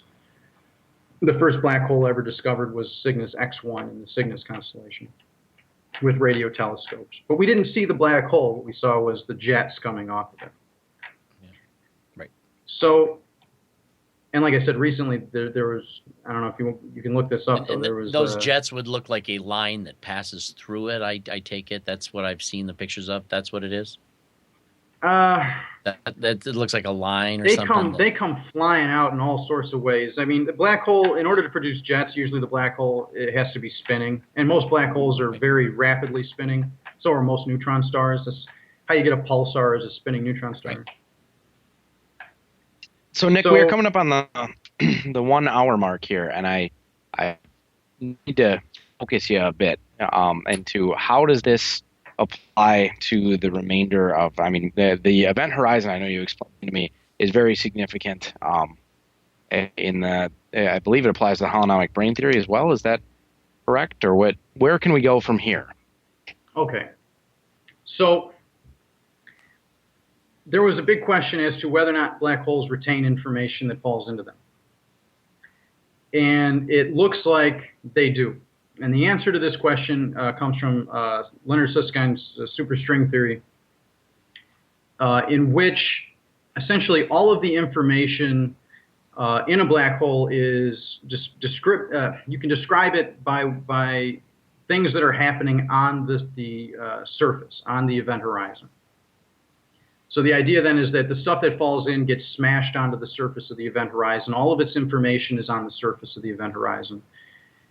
Black holes also evaporate. This was discovered by Hawking, and it turns out to be apparently true. I had not heard that they evaporate. They eventually dissipate.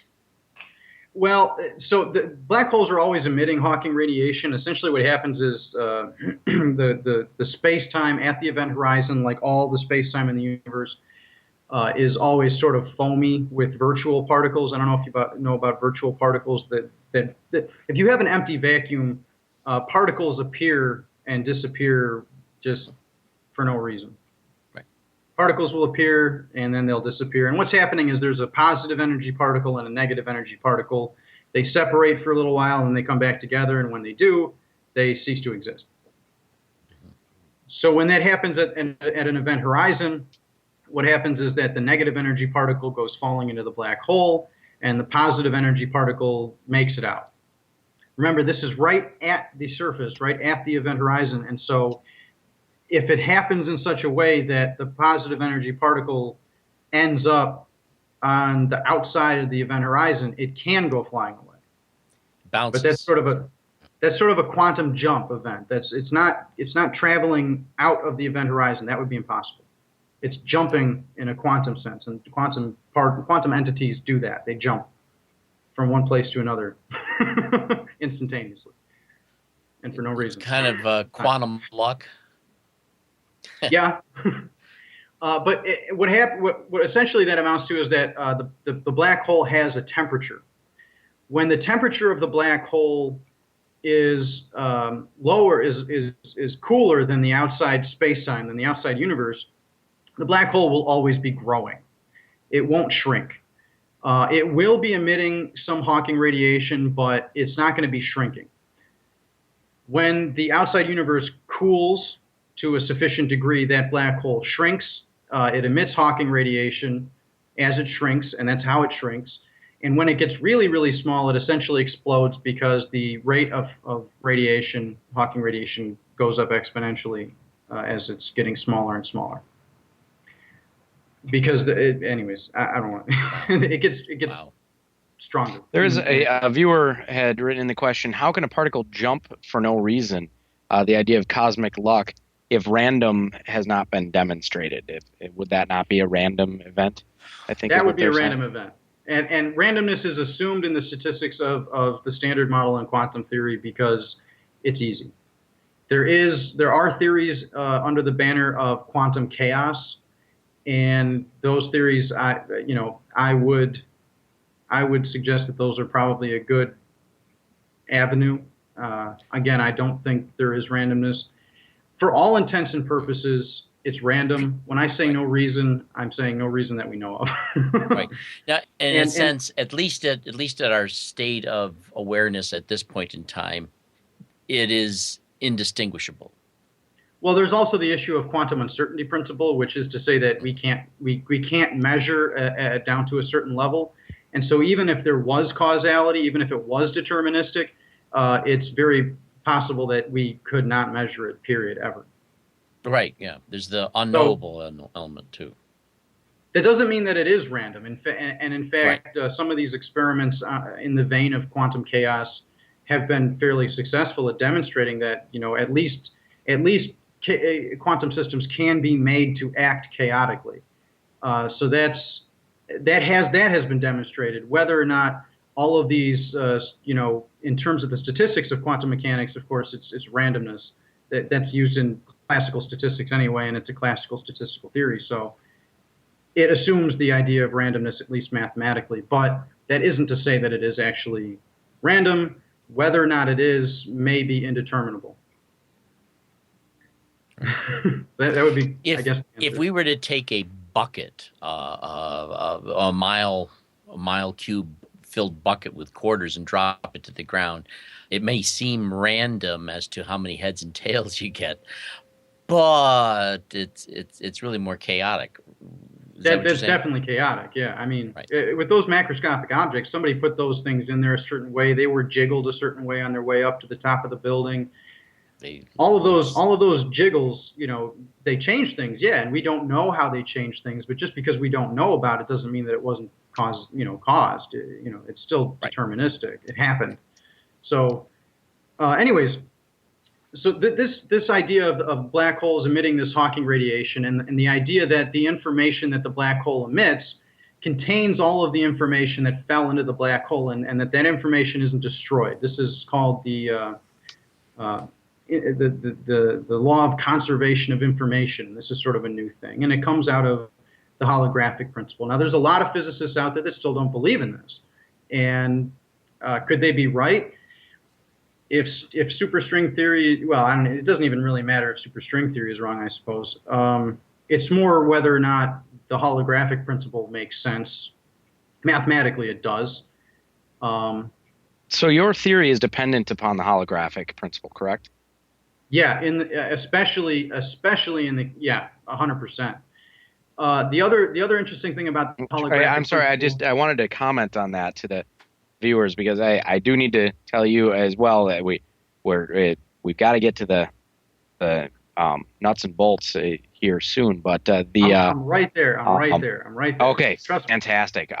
But this is one reason that I wanted Nick to be on the show very specifically is because right there, and Nick, I asked you a question that said your theory depends on this. Your understanding of God depends on this, or God, if that word is appropriate in this venue, but it depends on this one thing. And you said yes. And that right there is incredible. As far as the difference between a theist, a deist, and an atheist is that within the realms of theism and arguments from faith, it is very, very, very difficult to get somebody to say, what could I show you? What proof could there be that could make you reject your theory, that could make you change your mind? And I can tell you, there's plenty on my side that could do that, and we found something for Nick. So that is a fundamental dynamic that I think more people need to understand, that if you can't come up with something like that, maybe you need to rethink your principles in the first place. I'd agree. So thank you for being on the show to demonstrate that. Okay, so I derailed you there for a moment, but. So in the holographic principle, not only is this information representable on the surface of the event horizon, but it in terms of essentially a Fourier transform, but of course the mathematics is more complicated in this case, especially in the superstring theory. But basically, this universe that we're in could be a black hole. It could be. That hasn't been conclusively demonstrated, obviously.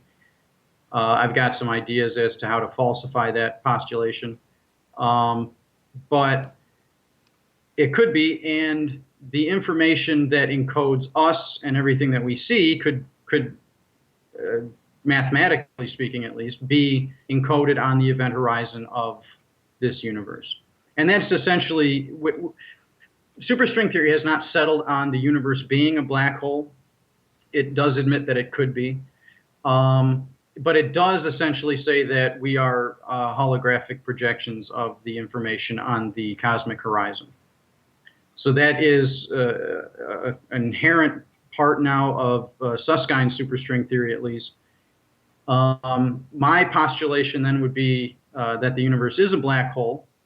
I think that this would make a lot of sense with regard to inflation. I think it would also make a lot of sense with regard to dark energy, and I think in terms of inflation. But I think it would also make a lot of sense in terms of dark matter, because if the universe is a black hole, if there's matter that's falling into the black hole that is the universe, the only thing that we would detect of it would be a gravitational signature. There's a theorem in black hole physics called the no-hair theorem, which states that essentially forces and force, field lines cannot extend beyond the event horizon of a black hole. The only thing that can is a gravitational field or a warping of space-time. When we look out and we see all this dark matter, what we see is no electromagnetic interaction, no strong or weak nuclear force interaction, or I know those things have been unified in electroweak theory, but we don't see any force interaction with photons, with electrons. All we see is gravitational lensing. We know that there's mass there, but that's all we know. And the current theory of that is that it's made out of neutralinos, which is a type of superparticle. Keep in mind that we've never detected in any particle accelerator or anywhere ever, we've never detected a superparticle. There might be a reason for that. But the idea is that there are these massive, these weakly interacting massive particles, otherwise known as WIMPs. And that there are these neutralinos. They don't interact with anything, much as neutrinos don't really interact with anything in that sense. And they're just sitting out there, and they're cold, and they're just sitting out in cold space, and when they hit each other, they annihilate, and they turn into high-energy electrons, and the electrons come, and we detect those. Not just electrons, but other particles. And that's called high-energy cosmic radiation. We detect that all the time. So there is currently a study that is looking at the dark matter clusters in the universe. There are clusters of this dark matter. It isn't uniform. And trying to determine what kind of cosmic radiation is coming from those clusters.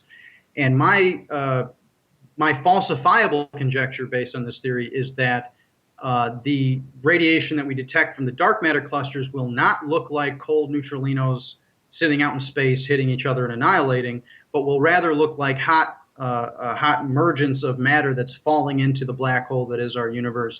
And when it hits our black hole, of course, it has to change its quantum dynamic to fit our universe.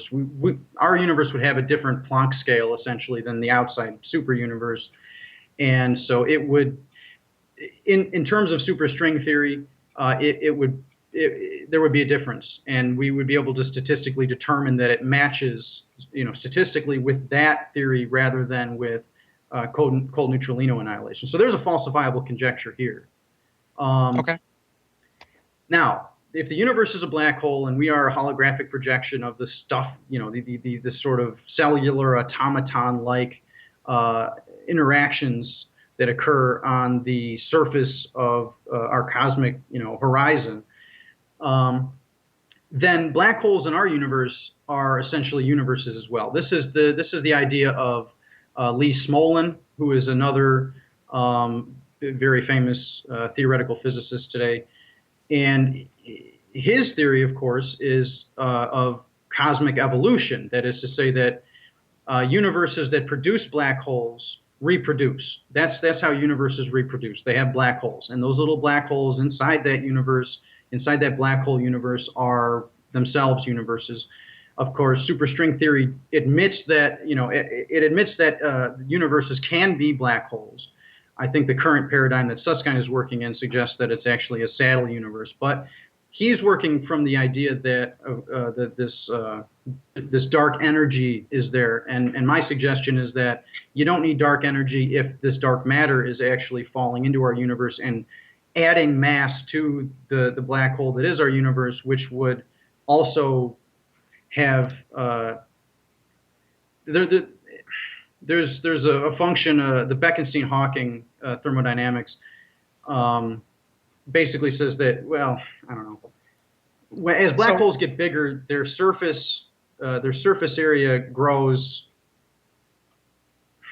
faster than their volume. Let's say they're spherical. If you make a sphere bigger, you can see what happens relative to the surface area and relative to the volume.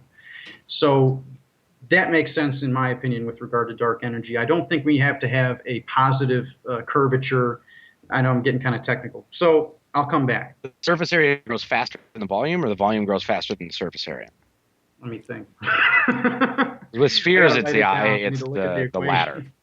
Huh? Within spheres, it's the latter. The surface area is on a square scale, whereas the volume is on a cubic. Sorry.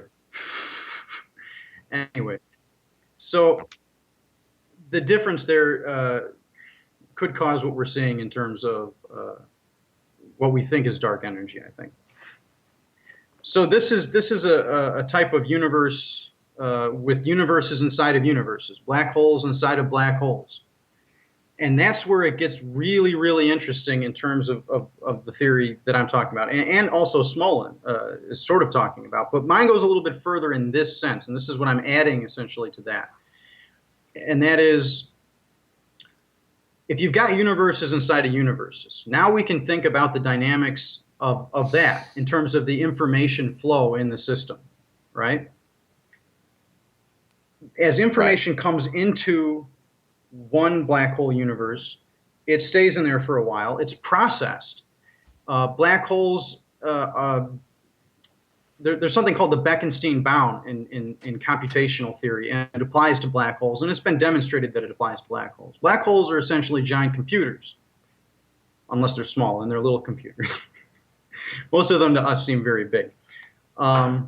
Black holes are computers. They take this information and they process it. They change it. There's a process that occurs at the event horizon, which is very similar to something called a cellular automaton like process. If you're interested in that, you can go and look up The Game of Life. What was the name of the guy? I don't remember. Just Google The Game of Life. You can play with it. It's fun. It's a cellular automaton.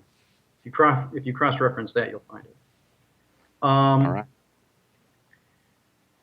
Anyways, so they're processing this information, and in the future, they're going to release this information back out to the rest of that Poplawski type multiverse. There's different kinds of multiverses. There's a Feynman multiverse you can talk about, which is all the particle trajectories. That's the common multiverse they use in science fiction. You know, where there's another universe in which there's a copy of you, and that copy is just a little bit different, and your life is different or something in that universe. That's a Feynman multiverse, and that's based on the uncertainty in quantum mechanics and trajectories that particles take and all of that.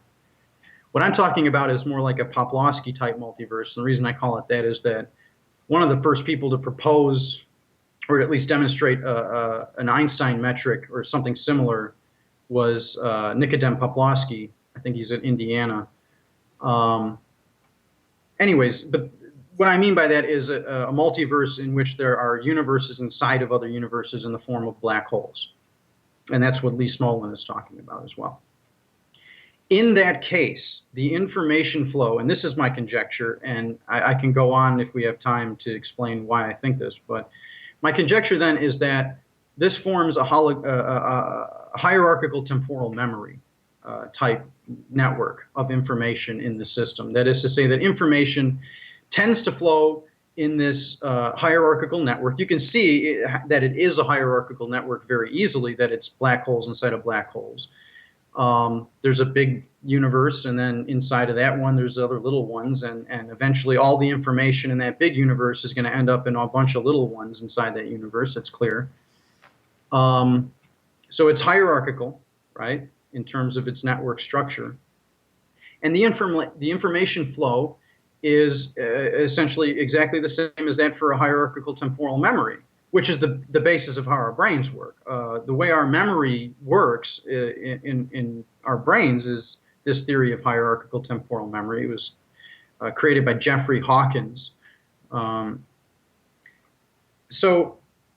it seems fairly clear to me anyway that this is, given the Bekenstein-Hawking thermodynamic laws, given how black holes first absorb information, then process the information on the surface like a cellular automaton, and of course that process is, if our universe is a black hole, that process is this.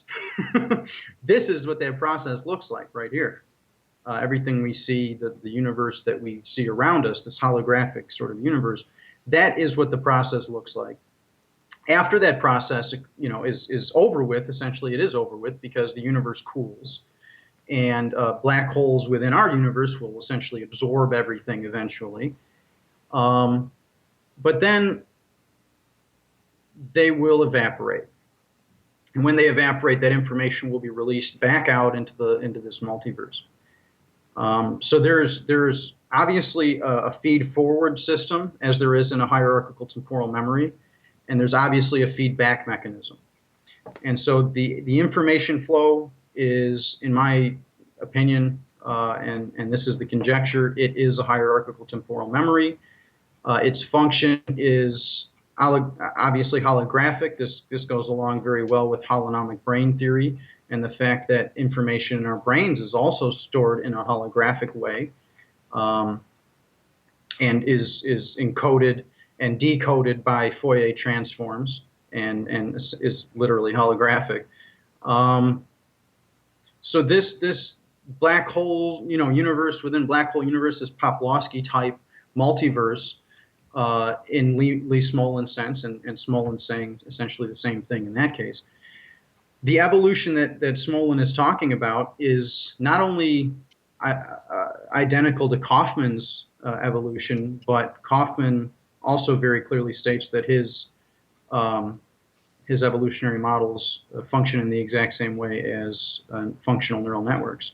So it basically is a functional neural network. The multiverse, in this sense, if that's how it works, it is a functional neural network.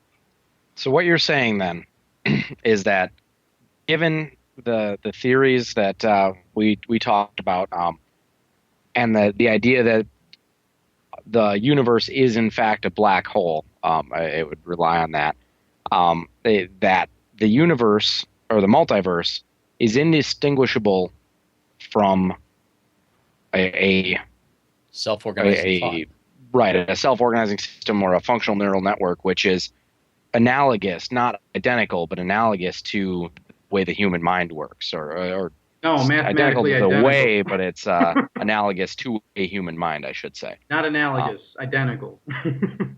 Well, I mean, I say analogous because it's not a human mind, but it's not a human, no, identical not a human process, but an analogous structure to the. It's a mind. Same.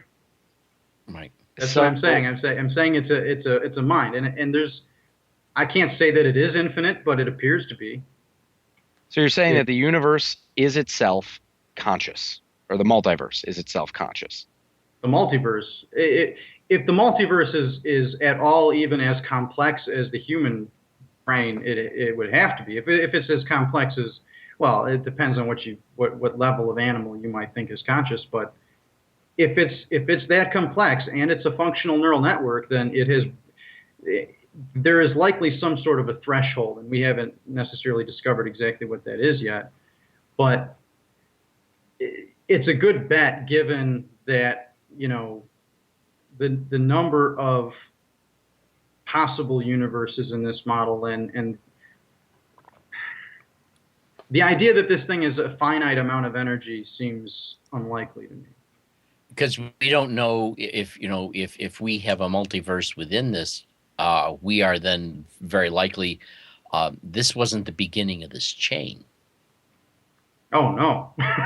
So it's, it goes on, and the surface information on all the black holes in our universe are also therefore on the surface of this black hole. Well, the information contained within those black holes would, I would suppose, have to be. Yeah, Right. it would have to be. I mean, yeah. Right. We just got a viewer comment here that says, "Isn't it possible that people who lived a long time ago tried to explain the world around them with the tools that they had, and that the essential difference between this kind of science and what we today call theology and mythology is that this kind of science simply has better tools, and also does not give anthropomorphic names like Zeus and Yahweh to the objects it observes and discovers?" My opinion, no. Go ahead. Sorry, no. Falsification, empiricism. These are things that didn't exist in theology and don't exist in theology. Right. I think that, though, I would say that there's we can't yet tell the difference between, you mentioned earlier something about the soul. We don't really know and can't say if the consciousness that we have is merely operating through the apparatus of physics and is actually something apart from it, or it's just merely consciously aware through the physical reality. And so therefore we really can't define with any certainty the essence of personality. Just can't do it. I think what you're kind of saying is almost a chicken and an egg scenario, though, because the fact of the matter is that if, God forbid, your brain, gets oblated, you lose your orbital frontal cortex, it sure will change your personality. I would point to the earliest example that medical science knows about, which is Phineas Gage. Well, behaviorally, yes, behaviorally and functionally. But then again, is it possible that the part of the person that's no longer present is elsewhere and disengaged? We just don't know. The information exists. I mean, the idea that information can't be destroyed suggests that the information is. But in terms of the person now, that person's personality is definitely. Well, yeah, behaviorally. By personality, I didn't mean characteristics of behavior, but rather the essence of being an entity. I don't know what you mean by that.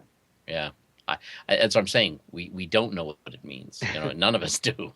Well, I wanted to say on the theory that information cannot be destroyed may be true on a quantum scale, and I know you have described scale invariance, but I would say that the storage mechanism is important. That if I write down, for example, the information in the double slit theory is destroyed by being deleted. That the observer was never capable of observing it, and no observer will ever be able to observe it specifically because it was destroyed. But this is the thing, though. It's not about that. That information was not destroyed. Actually, it was destroyed for all intents and purposes. And the point is that at no time in the future will any conscious observer become aware of it. The information was certainly not destroyed. You can't destroy that information. Well, but then doesn't your entire theory hinge on the essential idea that the universe is itself a conscious entity, and if information is not ever destroyed, it will in some way eventually understand or understand everything that happened. Therefore, it would be a conscious observer observing that. That's a possibility. Action. Wow. Down the road. I guess it seems like it disproves the theory that the multiverse is conscious, in the fact that if we as conscious observers look at that information, it makes it go away. That, or that the information will not be stored or processed at any point in the future by the multiverse. If a conscious observer can affect things in the past retroactively, in that kind of a way, it suggests that either the information will not be looked at, the thing that is processing the information will not be what we would define as conscious, or that the information is destroyed. Okay, sorry. I would just add, Greg, that when we start looking at quantum dynamics, it just changes so much. We don't know what other dynamics may yet be understood or observed or theorized that could then alter that sufficiently so that in the ultimate sense of an ongoing developing consciousness and awareness, then it may not apply. I mean, things change when the environment itself takes on an entirely different stress level. So it's an interesting question, but I think that we really have no idea what the big caboodle will be by the time things get to that point.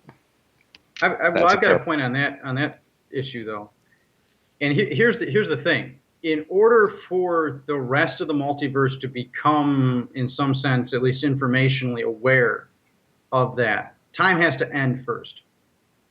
The arrow of time in this universe has to either extend out infinitely and or end. And it would end at an event horizon when that information ends up falling into one black hole, two black holes, maybe it splits into pieces and goes here and there. But time would have to end first. And the idea then is that, frankly, without a cohesive and unified theory of quantum gravity, there's really no way to say that. Because it would have to breach an event horizon. It would have to go beyond the space-time that it originated in and go and hit another event horizon. You can't do that.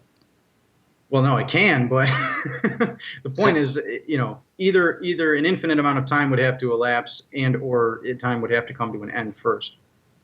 And so that's... Oh, we have another viewer question here that I think plays into this whole idea now that we've sort of fleshed out the whole theory, is how does any of this demonstrate that there is a God? And what do you mean by God? How is saying God any different than saying Zeus?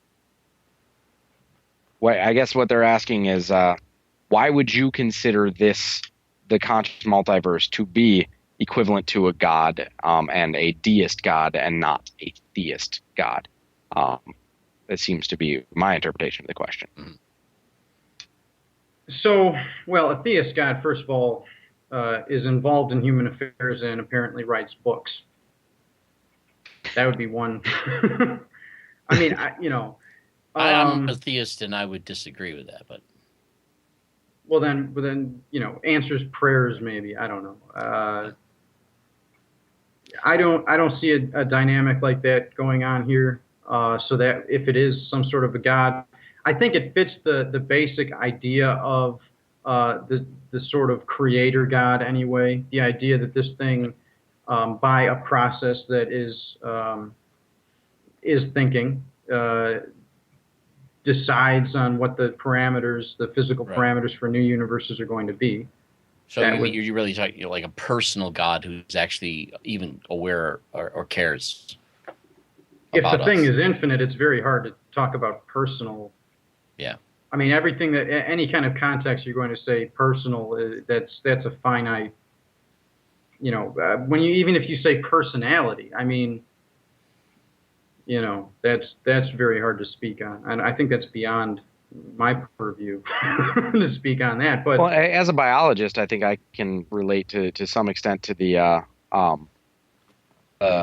idea of an impersonal deistic creator of sorts, with the idea that within our own bodies, our human cells are outnumbered 10-1 by bacterial cells within and on our body. Right now, as I sit here, I'm not sick, I'm not dying, but bacteria outnumbers my cells in my own body 10-1.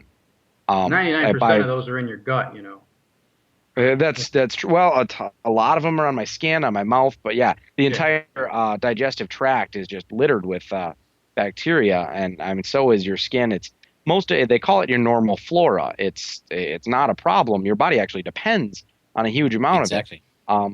But aside from that, I'm completely unaware of it and could not care less unless something goes wrong with it. If it starts causing me problems, then it's insignificant. I don't I mean, by the fact that there are trillions of bacteria within me right now, I cannot possibly care on a personal level when one of them dies. Um, and it's the idea of a God, a creator of this scale, being individually concerned for any one of us seems absurd when you consider that we're not even individually aware of things that our body directly depends upon for life. So I Individually would agree in concerned, that I don't respect. know. I mean, I don't know. In terms of the universe itself, I mean, it seems like that's what this thing's doing. If that's what it's doing, then it if it is thinking and all of this sort of thing, I mean, if it's infinite, then I don't know. All bets are off. There's no way to really even consider what it's thinking. But if it's creating universes, then it's doing something, and based on that. But I mean, in your understanding of the theory, creation of universes is its thinking. They're indistinguishable. Yeah. I mean, that is how this multiverse would think, is through the creation and destruction of universes, or eventual self-destruction, self-organization of universes. So, is it fair to call that a creator in the sense that we, are we creating by thinking, or is it our thinking combined with our direct actions that allows us to create? Is it the fact that it's, I guess, the fact that creation or the creation and destruction of universes results in the thought of this multiverse, assuming it exists as you believe it does. Does that mean that it is responsible for us? There's going back to the chicken egg dynamic. We exist, and our existence is cause of its thinking, but it's also the result of its thinking in the same respect. So, is it worth even calling that a god? Very Buddhist. Thank you. I do what I can to bring in Eastern mysticism on occasion. What you've just described essentially is the Buddhist cosmogony. So I don't know. It's tantalizing. Yeah, I mean, that's a good conundrum. It both is created and created by, in a sense. So a viewer just wrote in, so our universe is a synapse in a giant brain or something? Or something, something like that. Yeah. I mean, if you were to take Lee Smollen's theory seriously and take it to its obvious conclusion, just in terms of Kaufman's dynamic and what biological evolution is, if the parameters of universes are in some sense the DNA of this thing evolving, then it's identical to the function of a functional neural network. It's identical to thinking in a functional neural network, or the operation of a functioning mind. How that relates to the observer problem? See, that's the observer problem. Really, it catches me because it seems significant enough to say that if there is a way that we're going to call the multiverse conscious and aware on any scale, I mean, even an infinite scale of what goes on today with the idea of scale invariance, that should apply to the observer or the observation of a double slit experiment. Should it not? Well, I go back to the fact that what you're talking about is something that would occur after the end of time. So, time in this universe, that is to say, whatever arrow of time that we can determine in this universe. Which at that point would become moot. Maybe. I know. I'm not saying that. I'm saying maybe.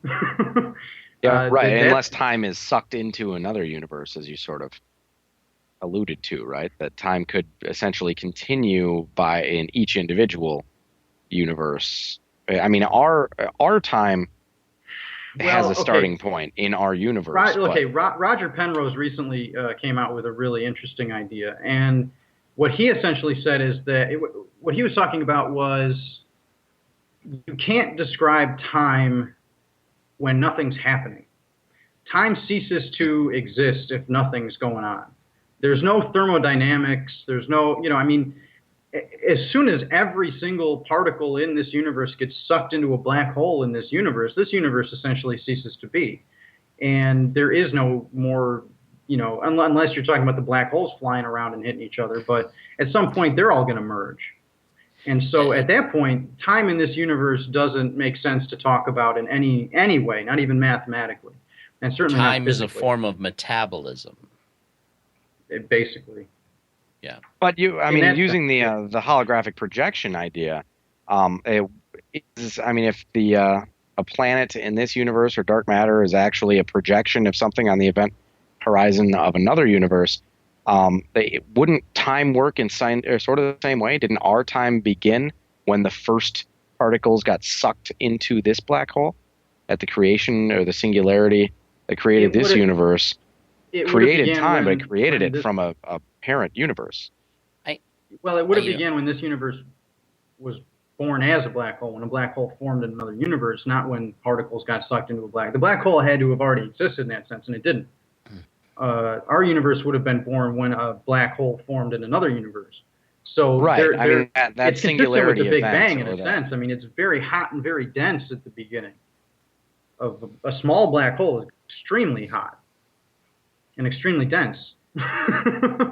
Now, I'm certainly not a competent physicist. I'm an armchair guy with that. I read Michio Kaku. I watch YouTube videos of people, but I've often myself questioned the issue of time and its connection with matter. You say that it's irrelevant or doesn't seem to exist if nothing's happening, but I sometimes wonder if time is actually the only constant, and that the physical universe is the only window into it that we have, and so it's beyond us. I've wondered the nature of time, if that's a possibility, and I don't know how anyone would ever be able to determine its independence from the existence of mass. You can't. That's the theory of relativity. I mean, Hermann Minkowski said in 1905 that Einstein's, even the special theory of relativity at the time, which he helped on, he created the idea of space-time and the space-time metric in a sense. So what he said is that the theory of relativity destroys our concept of space and time, and he's right. There is no such thing as time. In quantum mechanics, causes come after their effects. In relativity theory, you have things like the twins paradox and all sorts of other things. You have event horizons at black holes. If you approach a black hole, the time in the outside universe speeds up exponentially as you approach the event horizon, and everything plays out. So if you just jump into a black hole, you'll meet the end of time very quickly, and you will, if you look up as you fall in, you will see in the shrinking hole above you that is the rest of the universe, because the light that you can see is warped into this tiny little point until it disappears when you fall through. You'll see the entire history, or the history after you, essentially, of the universe play out in front of your eyes before you apparently die. Right, yeah. The whole life flashes in front of your eyes. The life of the universe flashes in front of your eyes. That's what I'm saying. That's the end of time. When you hit an event horizon, that is the end of time for your entire universe. You will see everything play out. But is it the end of time entirely? That's what I mean. Is that good enough telescope? Doesn't time, if time ends at the event horizon of that universe, the event horizon of another, if time ends at the event horizon of that black hole, but that black hole is the origin of another universe, doesn't time simply change hands? It goes through sort of a phase shift. A transduction of some sort? Right. It goes from this universe into the next one. That the singularity, or the creation of a black hole, would be the first time our time begins or gives birth to more time. It's when it starts and it eventually all gets sucked into there. So it's, if you think of time as let's assume that you could survive. Let's assume, just assume. I mean, that's a horrible Wow. assumption because there's no way to Right. know that. I think it's very unlikely, but we'll You'd for be a thought joining experiment. another time. The time in that universe started when that black hole was born. It's not your universe's time. It's a different universe's time. It's a totally different arrow of time in a sense. If there is an arrow of time in quantum mechanics, that's pretty debatable. But you're essentially you'd be jumping into another time. It's like a dimensional vortex. Different axis of time you're speaking of. Yeah, it's not your universe's time, and that makes the idea of survival. So on a scale of the multiverse, questionable. there is no such thing as time? Not in any sense, not in the sense that our universe has time. Would multiverse time affect our universe's time? Is there any way that they could be interrelated or linked? I mean, if you're talking about the time before time, the time of the previous universe in which the black hole that is our universe suddenly formed, I mean, there's some, at least we can think about it in that sense, but in terms of, saying that that's analogous with our time or that's on the same timeline, it's certainly not on the same timeline. It's another universe, and it has another timeline. So here's the viewer question that I've been hoping would come at some point. This is obviously the whole multiverse theory. This conversation has been, in my mind at least, inextricably linked to the idea of a creator God being justified in many people's mind by the fact that our universe has a starting point. It has a beginning. It was created. It came into existence on its own. And I think that this sort of blows that out of the water. If every universe is nothing but a black hole in another universe, then the whole beginning of time idea is not all that accurate. And we have a viewer question here that says, so there is all kinds of cause and effect here, but stepping up another level, what is the cause of all of this? Where did all of these universes and black holes come from? What created or caused this infinity? So even if the multiverse exists in the way that you think it does, and it is conscious, is there still room for a creator of that? I think is what they're getting at. I would argue, but that's. I didn't come through, Greg. You said you would argue no.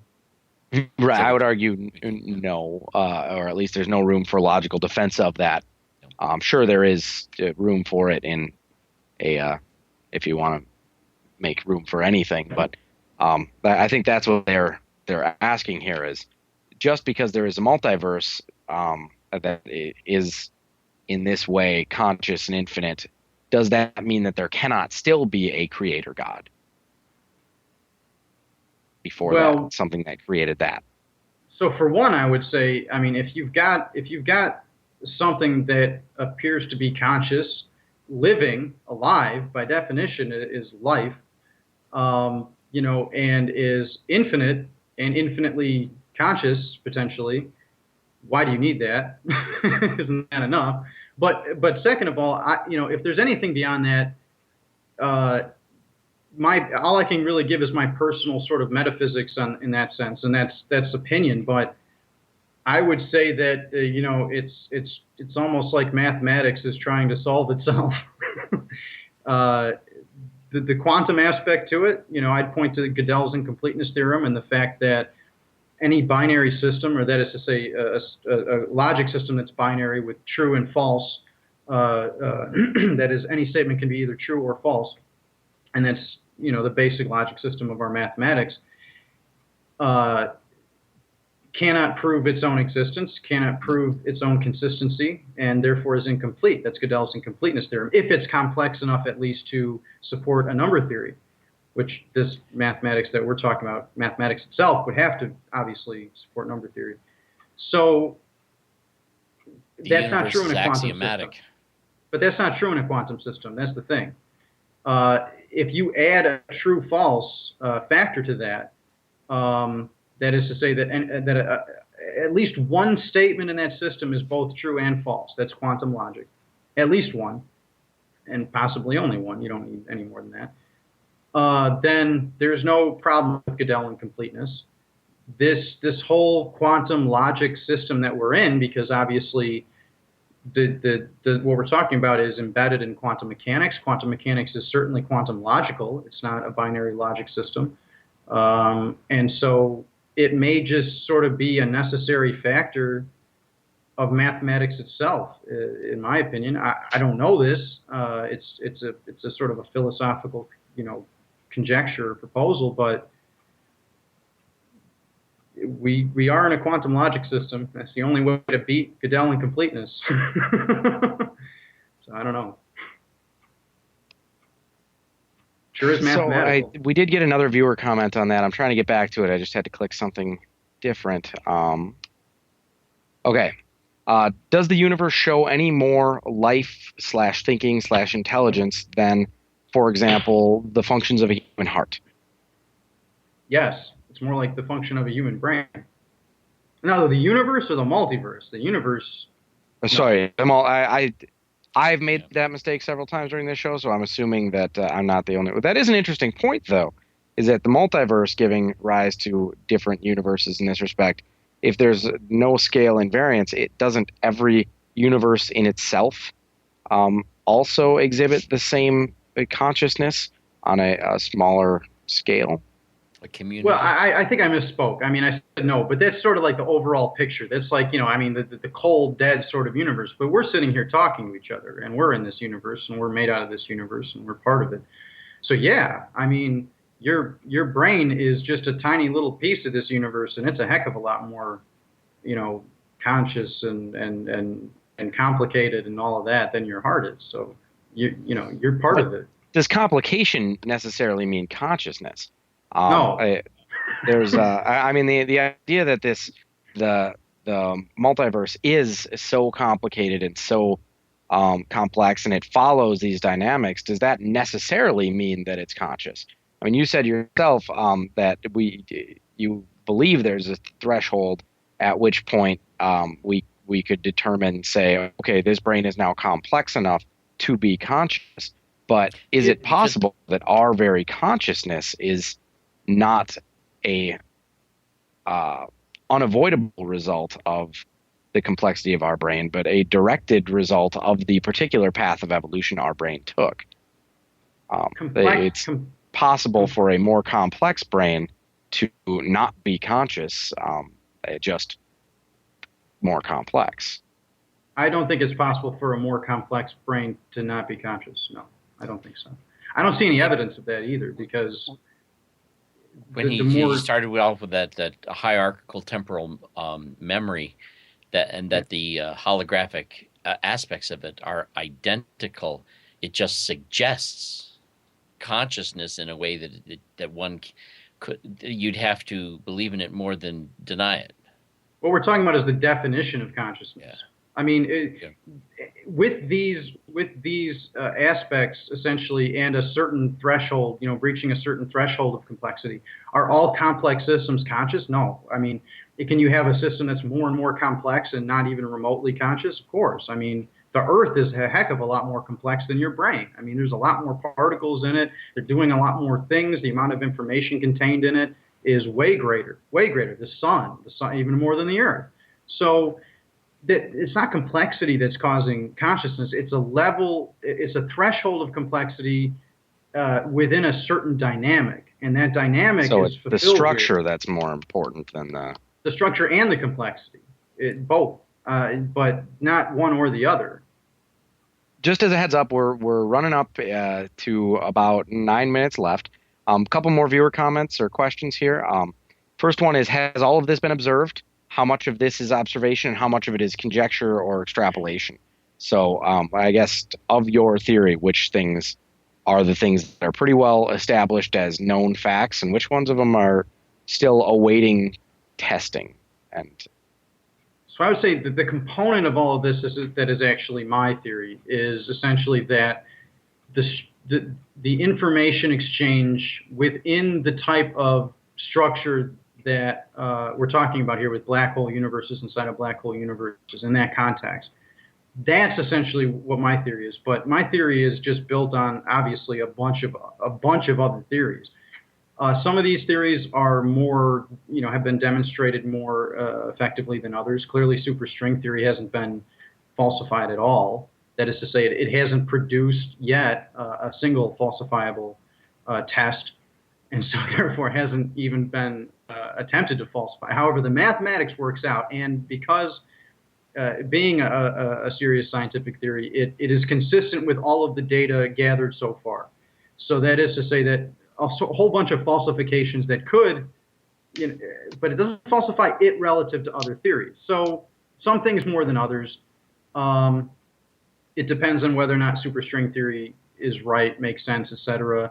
Again, the falsification test that I gave with regard to dark matter and demonstrating that the universe is a black hole, and if that's the case, then black holes are universes, and that suggests obviously that there's this hierarchical black holes within black holes, very clearly.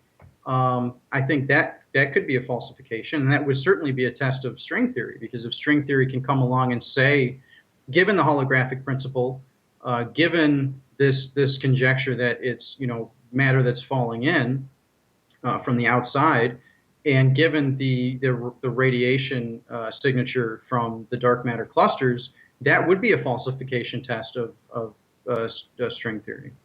So, yeah, I mean, black holes exist, yes. The holographic principle is mathematically sound. In terms of the Bekenstein-Hawking thermodynamic laws, that looks pretty clearly true. Hierarchical temporal memory has been used in artificial intelligence to create systems that, like I said, recognize speech patterns and facial recognition and things like this, things that brains only used to be able to do.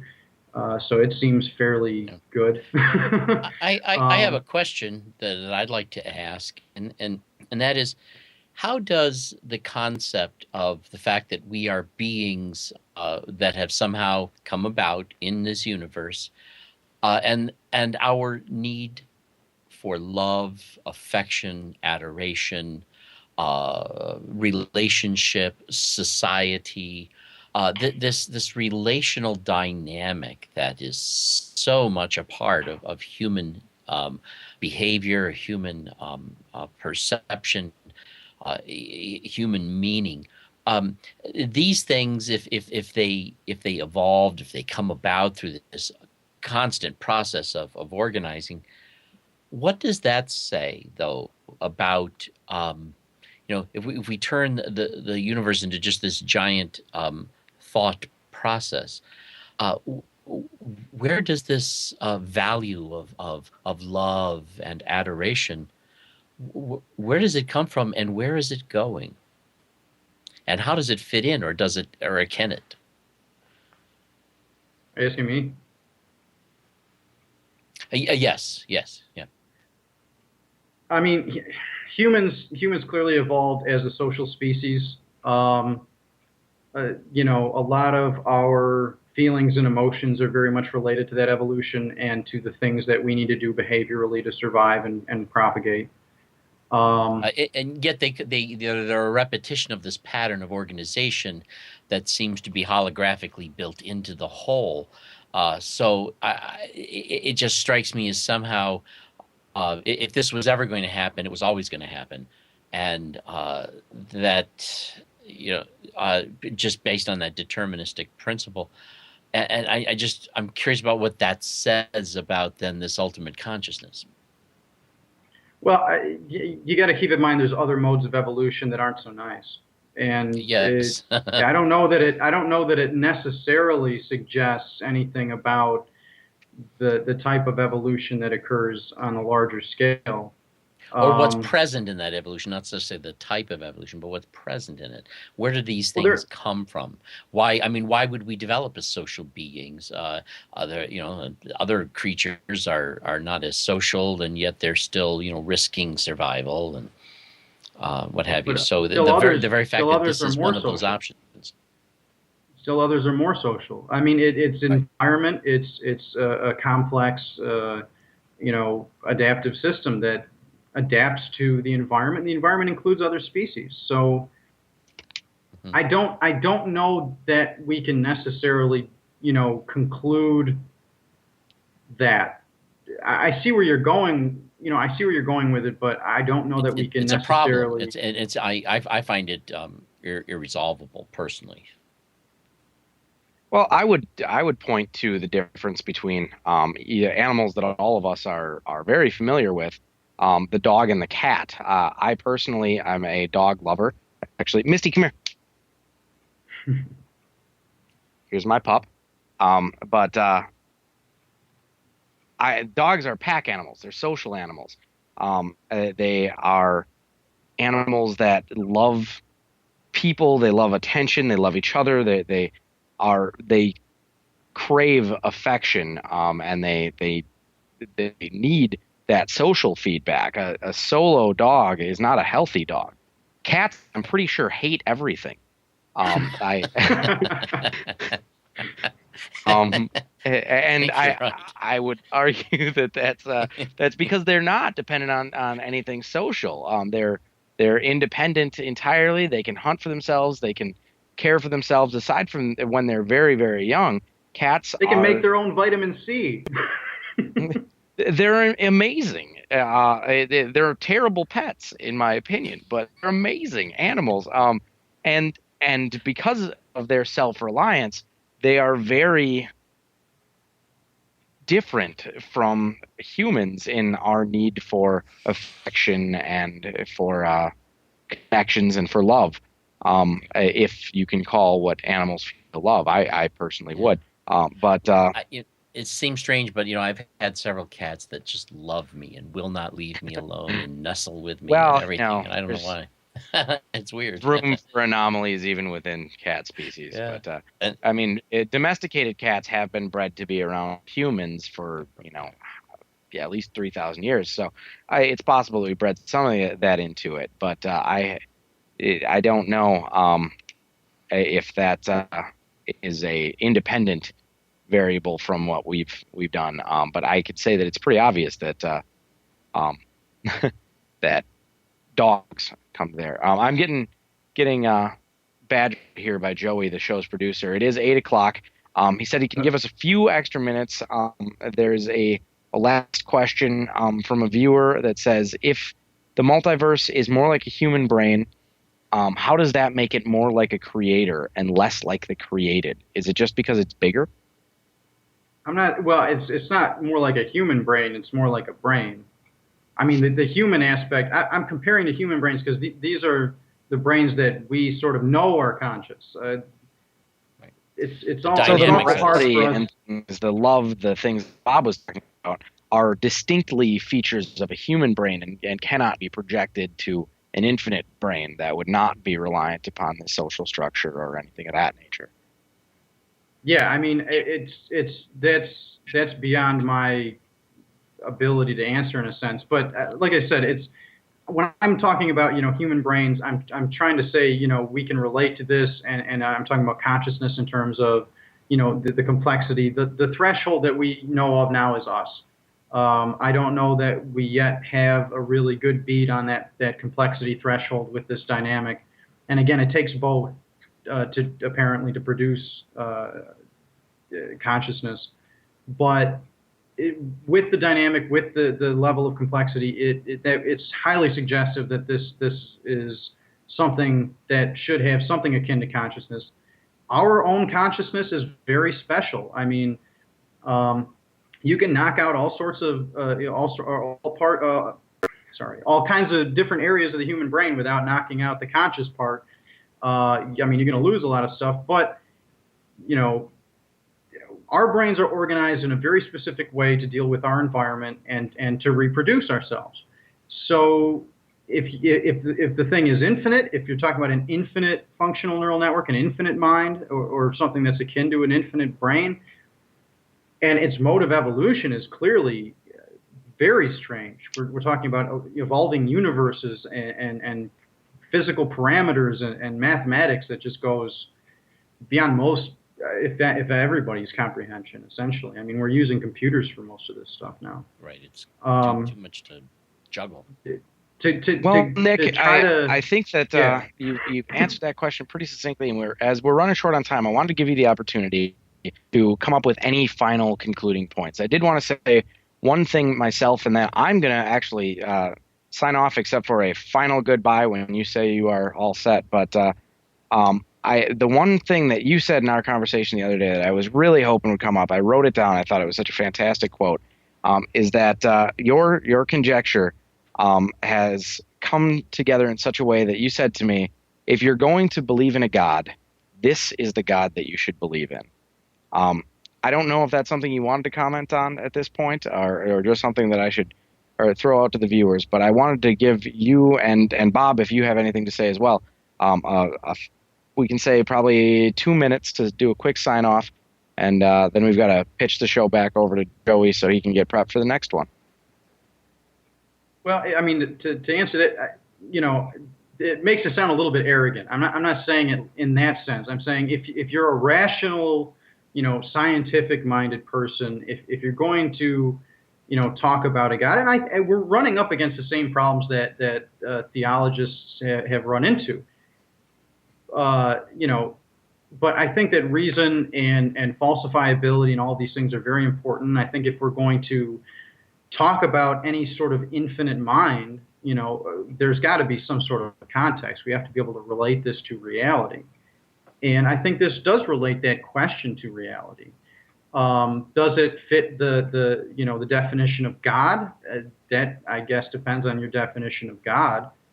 I think in terms of a sort of a final statement, the interesting thing about this, and we got into this very briefly, but the observer problem, the idea of a mind, sort of in the center of our existence, consciousness sort of in the center of the stage of our existence, and even potentially emerging in cosmological or physics or in the multiverse or something like that. It's very indicative, and I know I sort of quipped, hey, you just described the Buddhist cosmogony, but that's interesting too. And I think it also. I would just add that I think it presupposes that we cannot ever have a way of understanding mystery, and so I think I find it fascinating and very interesting. And yet there's so much that we possibly don't know, that we have no idea what we've left out.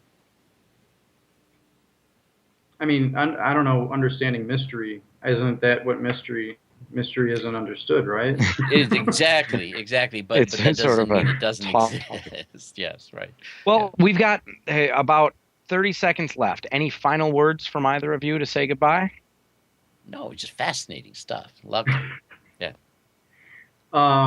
Thanks Nick, for did you want to plug anything platform. quick? Your complex systems page or anything of that nature?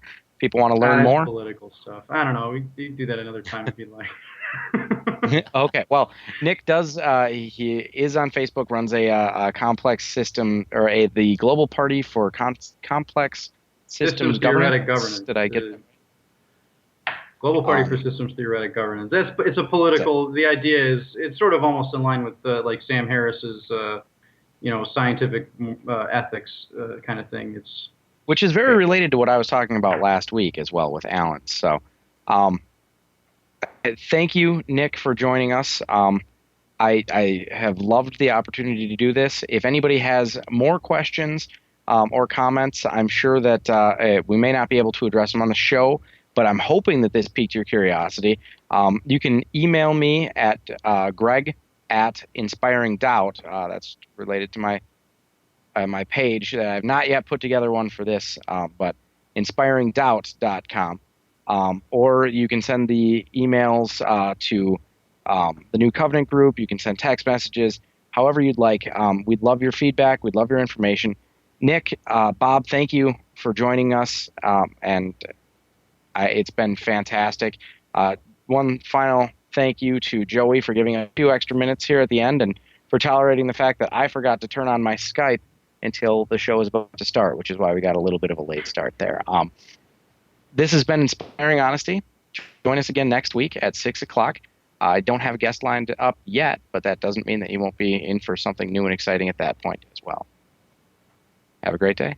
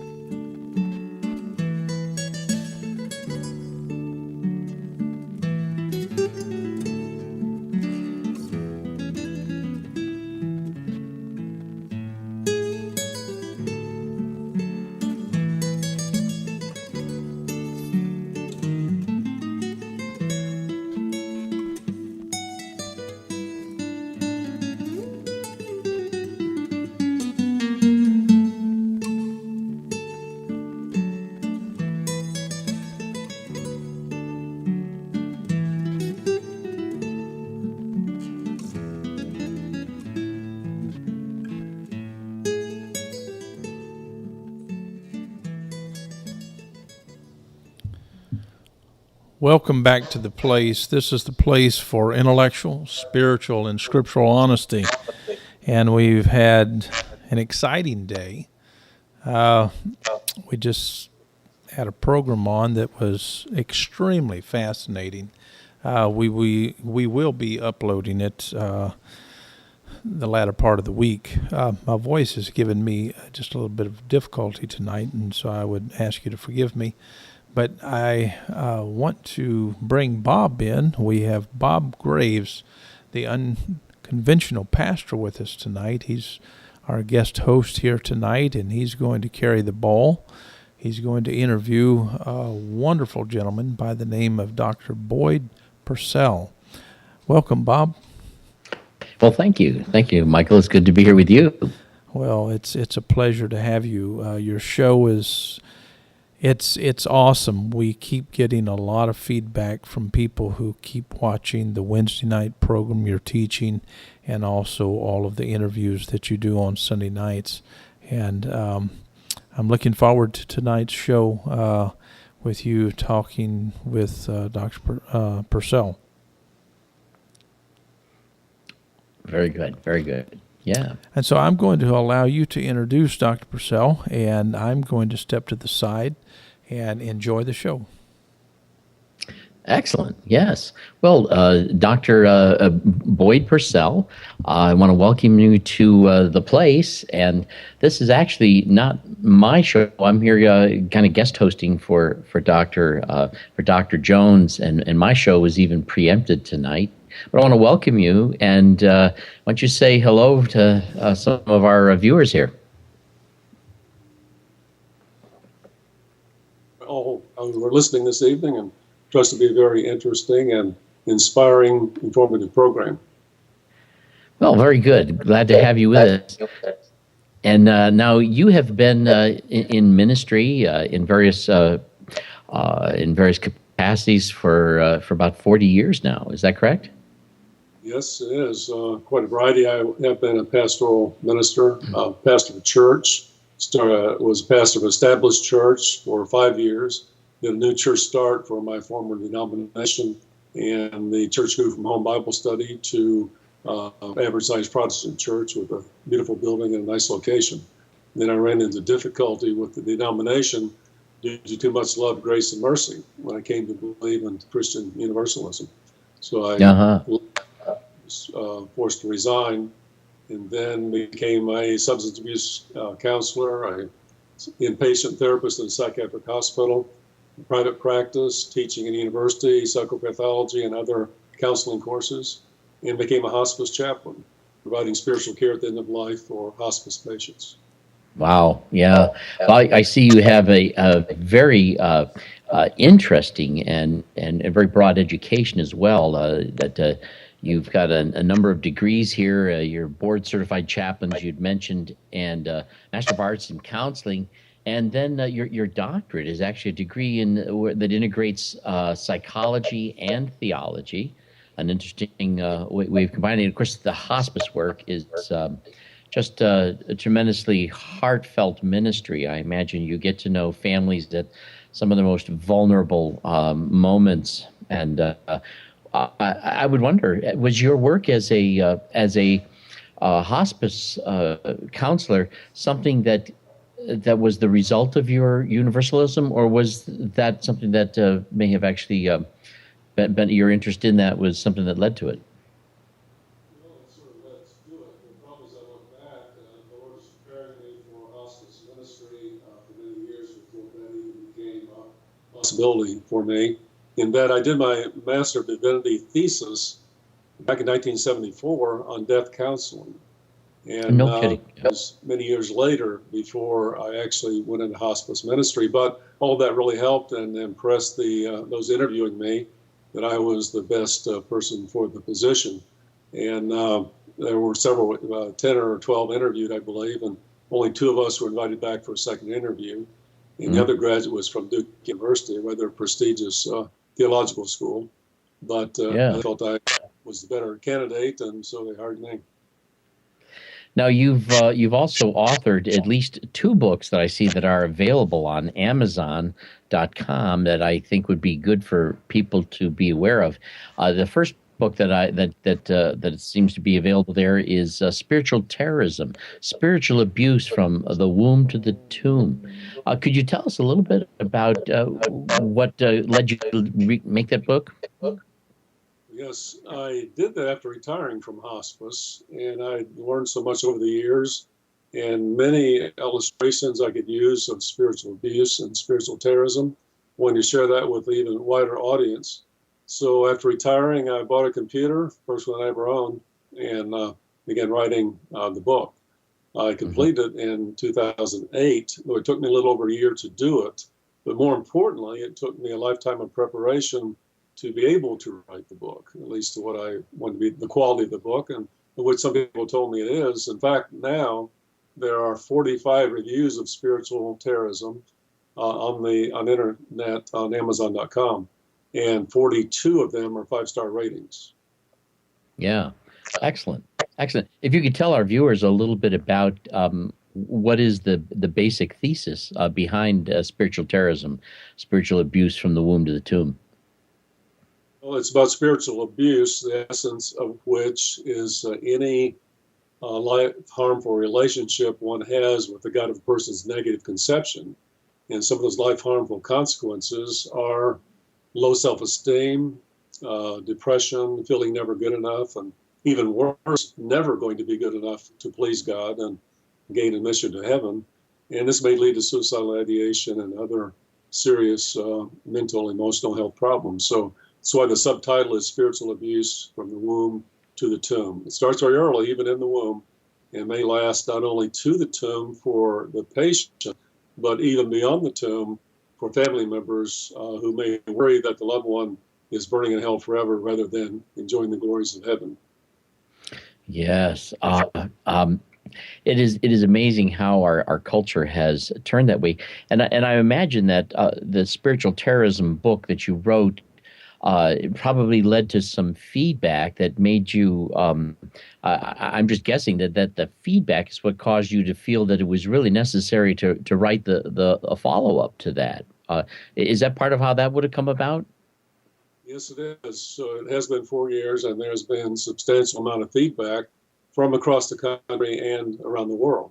And I gave some of those examples, too many to be able to use, but as far away as Australia and South Africa and Poland and Germany, Great Britain, and other places around the world. So it's very and in the United States. And that led you to then put together the book that is now available on Amazon.com called Christianity Without Insanity for Optimal Mental, Emotional, Physical Health. Christianity Without Insanity. I've read a lot of the book. I haven't had a chance to go through all of it, but I read some chapters all the way through, skimmed some of the others, and I got to tell you, I loved the book. It addressed a number of just awesome issues, and I thought that you made a very excellent argument that appealed with a great deal of heart. And I could see how this would also work out of your hospice involvement. What would you say are some of the most insane elements of that are part of Christianity, as you would see it's something it's better off without? Well, I'd say first of all, it'd be Christianity, in order to cure rather than cause spiritual insanity, must be without oxymorons. The word oxymoron is actually from two Greek words, oxos meaning sharp or keen, and moros meaning dull or foolish. So the word oxymoron is actually itself an oxymoron because it expresses two inherently different, contradictory things. So I listed what I consider the top 10 oxymorons of fear-based Christianity. Yes, and I saw the list in your book, and I thought it was great. If you don't mind, I'd like to actually talk about some of them specifically and hear some of your thoughts on it. if that were true. In number 10, and counting down from 10 to 1, God's perfectly proportional justice and eternal hell. Talk to me a little bit about that. Well, viewers, listeners may need to know I grew up in fundamental Christian churches and had zero fear of God at age 8 because I really didn't go to church before. We lived in a very rural area without a church nearby. But at age 8, my parents moved to an area where there were churches nearby. So they found one that I think due to friends, relatives going, which is how most people start going to a church. They don't check out the best church in town. Not that there's necessarily is the best church, but this church preached eternal punishment, which was almost all churches did then, and which almost all churches still do today, more than 40 years, almost 60 years later. But I really began to be terrorized at age 8 due to what I heard, that God, who is a God of love, by the way, still there's a limit to God's love. And therefore, God will burn people in hell forever who commit major sins, heinous things like murder and rape and robbery and so on. But God will also send you to hell for telling a lie or just failing to do a good deed. For to know to do good and not do it is sin, according to the Bible. And then there are a couple catch-alls that will send almost everybody to hell, which is failure to do all to the glory of God and not doing everything in faith. So that can get just about everyone damned to hell forever. So it just was terrorizing to hear that. And it seemed like God had absolutely no sense for proportionality. God would send you to hell for the most trivial sin. But after growing up and studying the Bible for myself, come to find out that God has a perfect sense for proportionality, not surprisingly. And in Exodus 21, through Moses, God gave the law of retribution, and it was to be no broader than the offense. Now, today we consider this really quite harsh, but then the penalty, the law was an eye for an eye and a tooth for a tooth and burning for burning and a life for life. So if someone, this was clan justice because there were no sheriffs or police officers back then in the ancient world. So if someone killed a family member, they would, the clan go over and exact justice, but they were not to kill the man who did the murder and his wife and children, and maybe the whole clan, as some did, only to take his life. So God has a perfect sense of proportionality. So this thing about God burning people in hell forever for all sins is just more oxymoronic. It's just out of proportion, And you mentioned the issue of the eye for an eye and a tooth for a tooth. A lot of people in our modern day, when they hear that, they hear the violence in it, but they don't realize that in a day in which man was far less civilized, the way you might enact vengeance on somebody would go overboard. And so when these people were first given the eye for an eye and a tooth for a tooth, to the original hearers of that was a voice of restraint. You just can't take it any farther then. And so later, when it became it became a justification for vengeance. It was originally intended to be a voice of restraint, hold back, and proportionality was, I think, really the point of that. And then you point out how eternal hell just rises out of here with being, how is that proportional? It seems insane and an oxymoron. Then number 9, God's desire that none perish, and yet, according to this traditional theology, almost all do, most do. Yes, can you justify that with the misunderstanding and mistranslation of Matthew 7 about the straight and the narrow way? Jesus says, straight is the way and narrow is the gate which leads into life, and few there be who find it. But conversely, broad is the way and wide is the gate which leads to destruction, and many there are who enter in thereat, according to the King James. But that is a mistranslation. And so they justify this insanity of God torturing people forever when, in fact, God's justice is proportional. Yeah. Now, what do you offhand remember? What it was you would have considered to be a more appropriate translation of that section there, where narrow is the gate and few there be that find it? Well, first of all, it talks about life. Heaven and hell, neither one are mentioned in that passage of Scripture. It's about life, and it's about the abundant life as opposed to a life of trying to get ahead, being depressed, and get ahead of the Joneses and so on. So it's just about life. It's not about heaven or hell, but they read it into it. And then also there's a participle in there which says that many are few are finding it, but it's not that they will not ever find it. And that's the mistranslation, misunderstanding of that passage, because eventually all people will find it, because Christ died for the sins of the whole world. And he promised in John 12:32 that where he lifted up from the earth on the cross, he would draw all people to himself. Yeah. Yes.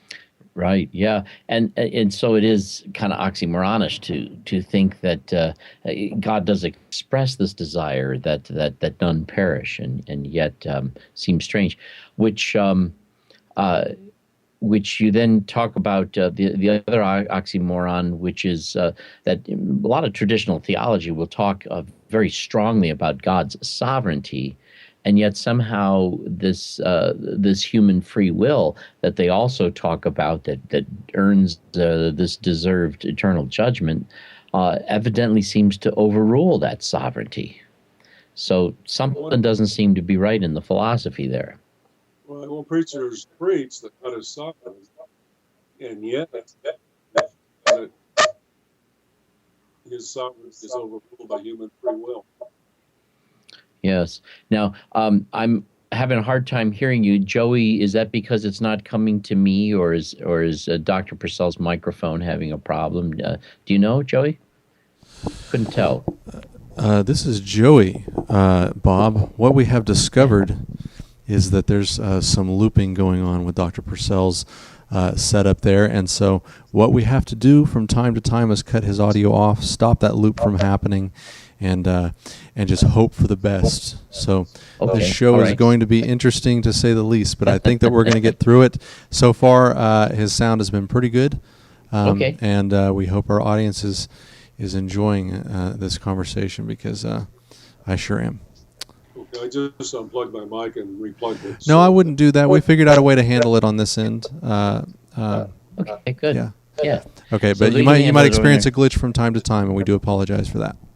Yeah. Okay. Another one of your oxymorons that were here, one that it really spoke to me, was that apparently God is omniscient and omnipotent, and yet he seems to, according to the story as it's usually told, in spite of how powerful and all-knowing he is, and how wise, he just can't seem to find a way of winning people over. Which seems to be another oxymoron in the traditional story. You want kind of tell us a little bit more about that? And yes, people teach, preachers do that, God is omniscient, in which case God created mankind. He gave us free will, which I believe he will never violate. But they believe, most Christians have been taught, and almost all believe, unfortunately, that mankind can abuse free will to the point that we can get ourselves damned to hell forever. But God, since God is omniscient, God can figure out a way to change our free will, bring us to do his will without violating our free will. Now, could not an omniscient God do that? I believe it's oxymoronic to believe otherwise. And so God will do that, and there's a simple way that God can do that, and it's called irresistible grace. And irresistible grace doesn't mean that God's grace cannot be resisted at all. It just means it won't be resisted forever. And since God has eternity to get us straightened out, to bring us to do his will in a loving way without violating our free will, that's exactly what this omniscient God is doing. Mm-hmm. Mm-hmm. A very different definition of irresistible grace than what, say, Calvin would have done. And then the one that you ended up with, the number one oxymoron, God's spoken of as having infinite mercy, and yet they teach this eternal torture in hell. How can we reconcile the idea that there's such a thing as this eternal torture, and yet we also want to ascribe to God this character of infinite mercy. It is indeed an oxymoron. It's strange. I think it may be from your counseling background, you can understand this. I think that sometimes people who believe in God really feel a bit insecure, and they want to please him so badly that they move towards this hyperbole. They move toward an exaggeration. I think of like an Anselm, who was saying something like, God is that greatest thing, greater than which you cannot conceive. And I mean, that sounds interesting, but it's like trying to give us a theistic concept on steroids or something. And there's a sense in which I think sometimes believers are just drawn toward, oh yeah, God's mercy. Oh, he's infinitely mercy. Oh, but he's going to have to judge people, so he's going to just judge them with forever. And it's like everything has to be exaggerated to the nth degree. It's almost like part of the knee-jerk reaction of a religious mentality that I think is really in some ways motivated by insecurity and a desire to please the one they fear might really be angry. Do you relate to that at all? Do you think you see into that dynamic, or do you have anything else that you think really lies behind what causes that kind of thinking? Well, I agree with what you're saying. I think there's a lot that lies behind it. But the main thing is here. I'm getting on feedback. Are you need to adjust the mic at this point? All right, so I keep talking. Bob? Hi, Dr. Purcell, yeah, you might unplug your headset and let's see how that goes.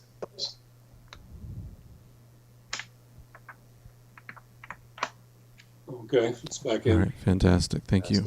Okay, you're welcome. All right, and Second, on. a lot of things behind it, but fear is the driving force behind that. And Psalm 136 has 26 verses in it.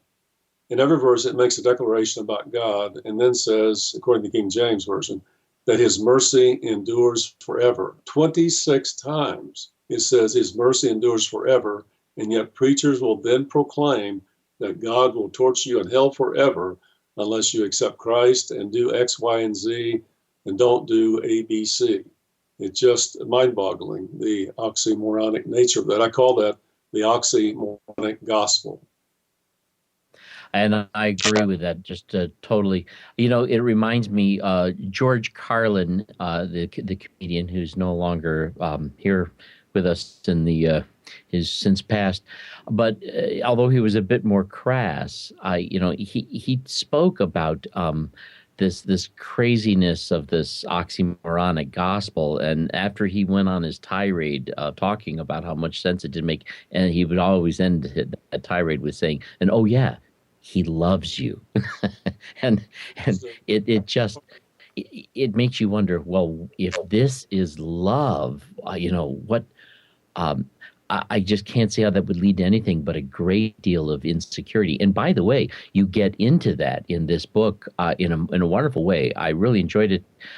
You even talked about some very specific situations of very sad events, such as a lot of people remember the story of Andrea Yates, the woman from Texas who was so worried about the eternal destiny of her children and what was going to happen to them once they reached the age of accountability, that the craziness that was going on inside of her led her to feel it was a better idea to kill her children.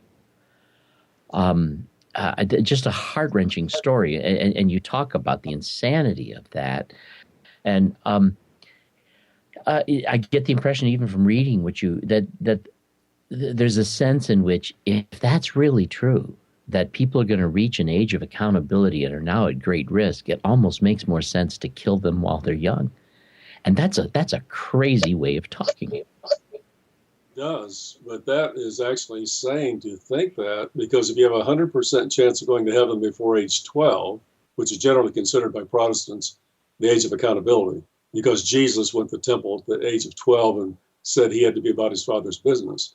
But if you have a 100% chance before 12 and almost zero chance after 12, then the best thing would be not to turn 12. In fact, I was hoping to die and praying that God would take my life before my 12th birthday because I was afraid of turning 12, having the full weight and responsibility of an adult, be treated the same as adults in regard to God's judgment and eternal damnation.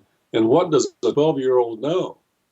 Oh my, oh my! Yeah, that strikes me as amazing. I'm glad that when I was growing up, I did become a person of faith at around the age of 7, but I never even really thought about it. The church that I was in was not a biblical church by any means, but so I never really heard the story or judgment or enough that it made me think about it. I just enjoyed the presence of God and loved Him in that way, but. It was just such a strange thing to come to that point where you realize, oh my goodness, we're at a horrible risk here. And I like it in your book here. You also talk about you give me an acrostic for insanity, INSANITY, where insanity you say is hypocrisy of God torturing His enemies in hell fire forever, thus violating His own law of proportionality to this nth degree. And then you also talk, though, how about Christ commanded us to forgive and to do good to, and even love our enemies. But this gospel of insanity turns God into a hypocrite. It really does. And the worst kind. He violates His own law of proportionality to the nth degree. And God is basically saying, do as I say, don't do as I do. And then Jesus did give us the command to forgive our enemies, to do good for them, pray for them, and to love them. And He went a step beyond. He even died for His enemies. But God will burn people in hell forever. It's how strange that here's something that no doubt has struck you is that, and yet many people who endorse this oxymoronic gospel don't really stop to think about the fact that they're doing that they don't put the 2 and 2 together. They seem to be able to put 2 and 7 together and still get 4. I don't, it doesn't seem to make sense. Anyway, I'm not going to go through the entire acrostic here, but I like that because it helped to bring it out. Definitely shows your pastoral background, I guess. Yeah. Now, how long has this book been out? The book on Christianity Without Insanity. Just this month. Just new on Amazon.com. Just published this month. Okay, very good. Yeah, I know I talked with a few other people who had just managed to get a hold of a copy of it. By the way, at this point in time, I should tell a lot of our viewers that they can find this book on Amazon.com. They can do a search there for Boyd Purcell, BoydPurcell, and that'll probably bring up both books, the one on spiritual terrorism, and this also, though you have some websites associated with your 2 books, and I want our viewers to know about this. If you get a chance, Joey, to even throw that up on the lower third, that'd be great. One of the websites is Christianity Without Insanity, as if it were one word.com. And you also have Healing Spiritual Terrorism, as one word, as it were, .com. And of course, they can find more information about your books there at Amazon, and even a little bit of bio about you. Now, you haven't, the book only out a month, you haven't had a chance to get much feedback on it, but have you had any people talking to you about it yet? I have, and there are 2 reviews of it on Amazon.com, and both of them are 5-star reviews. Several other people said that they're going to write reviews, and all have said they think it's worth 5 stars. In fact, there's a priest from New York who read Spiritual Terrorism and wrote a 5-star review of it, in which he said that he's giving it 5 stars only because there were no more stars to give it. But he said of Christianity Without Insanity that it's even better than Spiritual Terrorism. I haven't had a chance myself to do anything but just browse through the spiritual terrorism. But I have some friends who've read it and talked to me about it, and they loved it.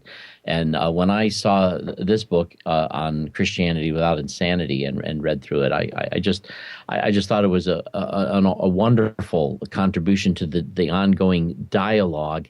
And what I really appreciated about it is that although I do think that there's this oxymoronic gospel, as you called it, unfortunately, some people have thought that it makes most sense to just throw the whole thing out. But you're really seeking to establish that this Christianity without insanity was really the original state of the church.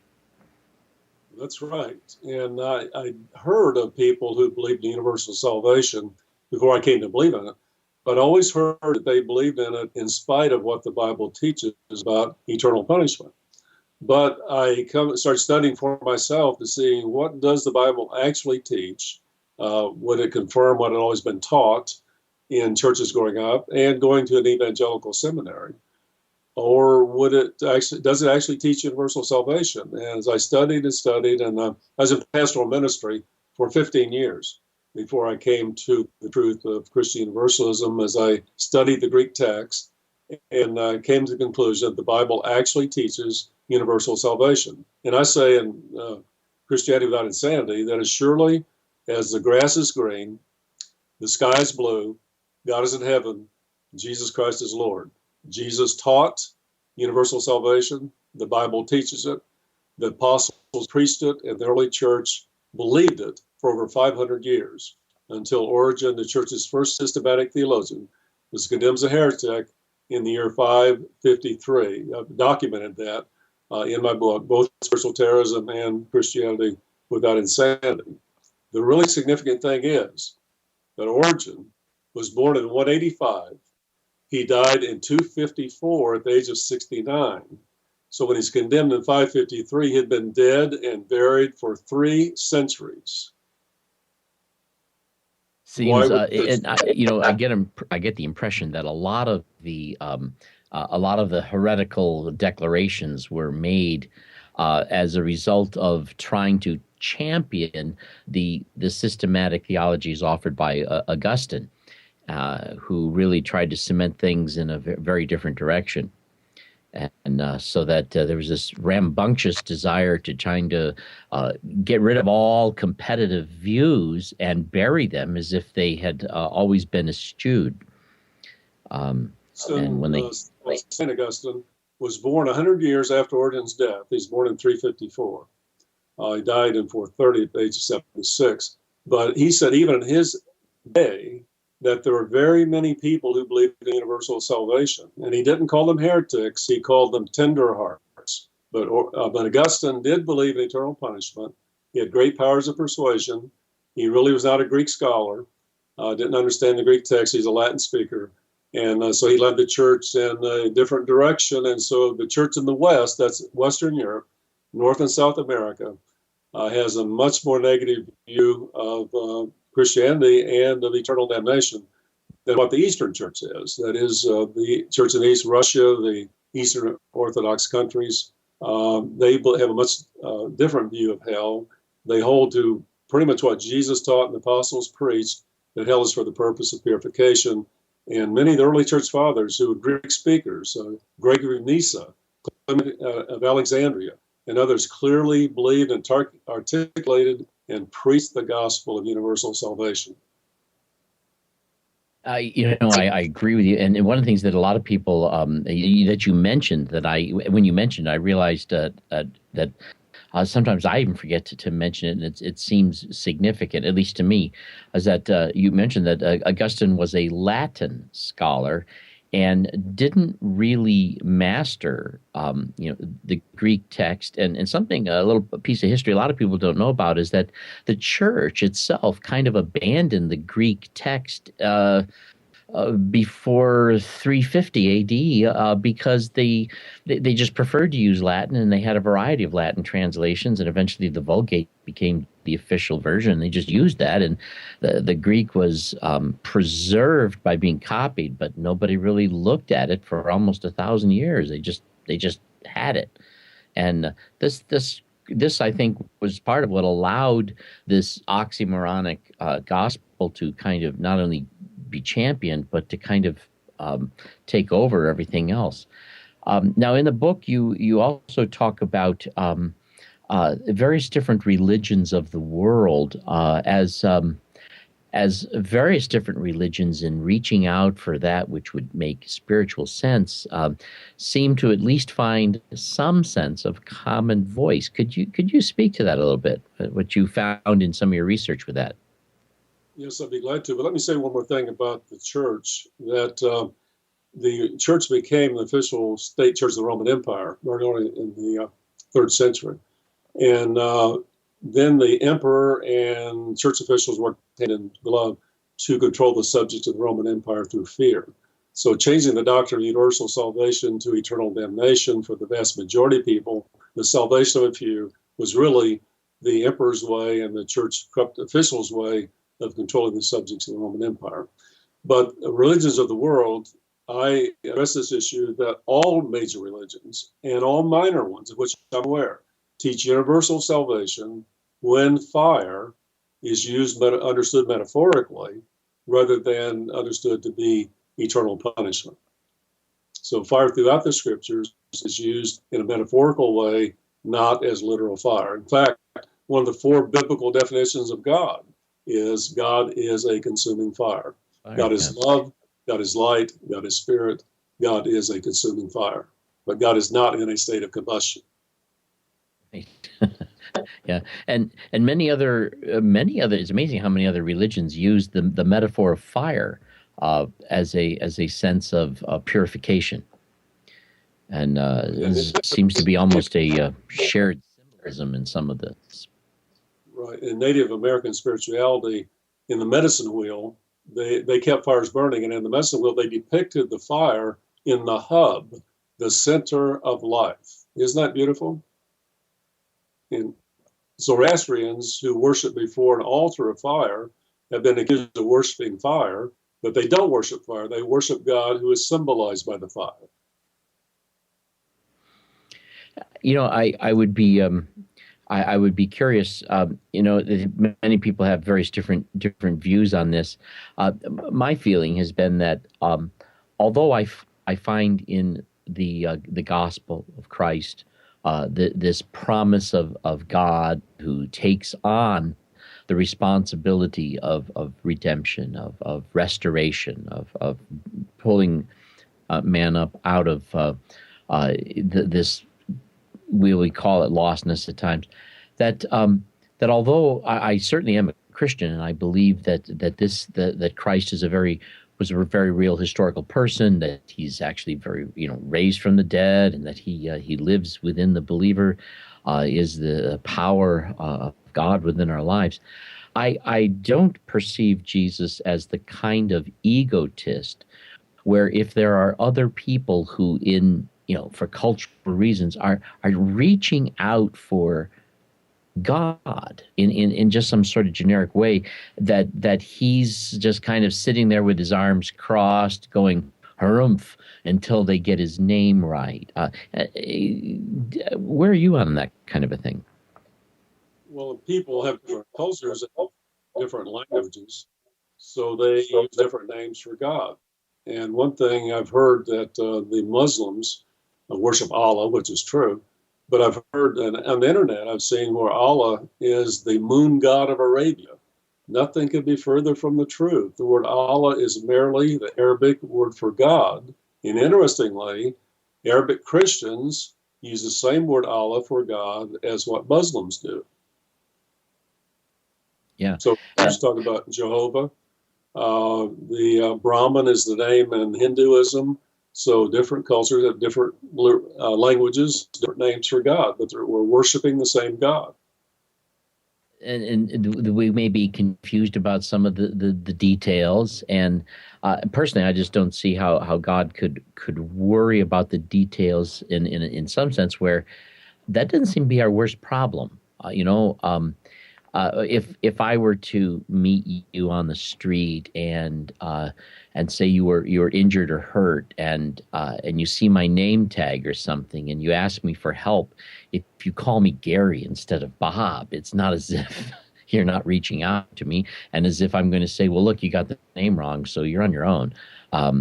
So yeah, I just find this wall concept to be radically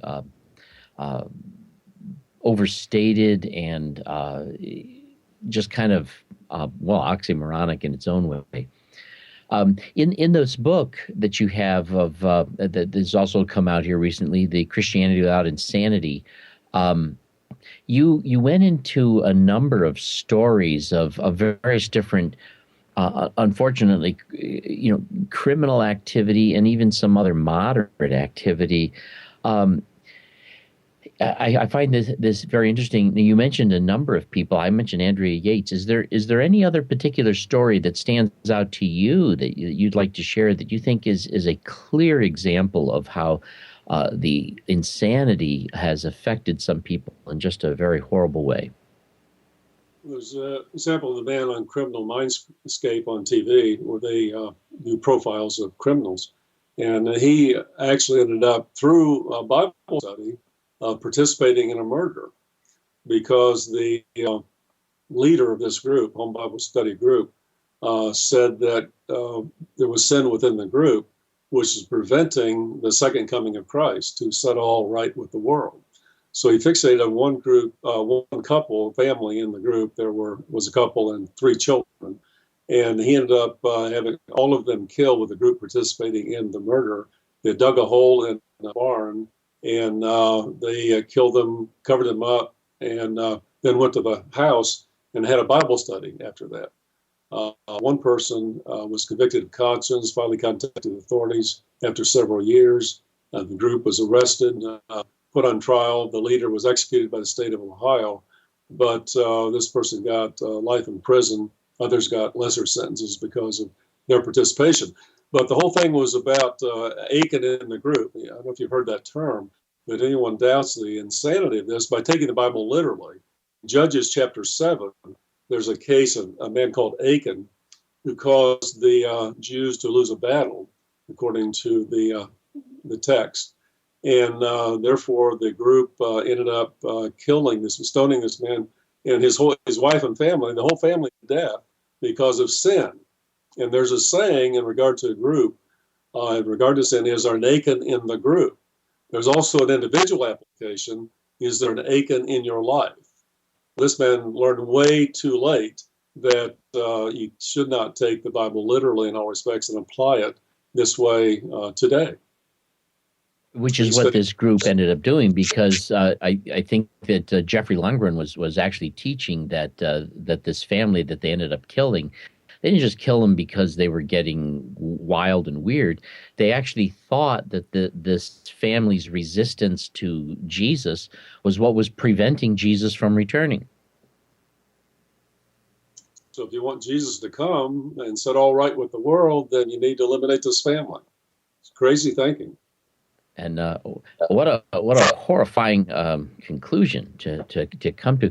And I'm curious, with any other examples in the book that you think represent a clear example of how this insanity, unfortunately, has worked out in our lives here in America? Well, let me give you an example of Jay from Australia. He contacted me after Spiritual Terrorism was published, and he said he needed help. Asked him what his situation was and what sense did he need help. And he said his father had been a hospice patient. This fellow, Jay, had been his caregiver. Well, his father's a good man, but not a Christian. Jay had heard growing up in a Christian church that everyone who is not a Christian will get burned in hell forever by God, who is love. As Carlin said, yeah, God, he burn you on and on and on, but he loves you. But anyway, after the father died, Jay became so depressed thinking about imagining his father engulfed in flames in hell forever. He became very depressed. Then he became dysfunctional and had to be admitted to a psychiatric hospital for psychiatric care. And in the hospital, he told the doctors the source of his dysfunctionality, and they medicated him. gave him some talk therapy, and discharged him with the instructions to do deep breathing exercises and meditate. Well, what do you meditate when you imagine your father's engulfed in flames forever in hell? Well, he was reported that he was becoming depressed and dysfunctional again. And said, well, how did you get my name and contact information way down under in Australia? And he said, well, as he was painfully contemplating being readmitted to the psychiatric hospital, he was trying to think of words that would describe what he had been experiencing so painfully. And he said 2 words came to mind: spiritual terrorism.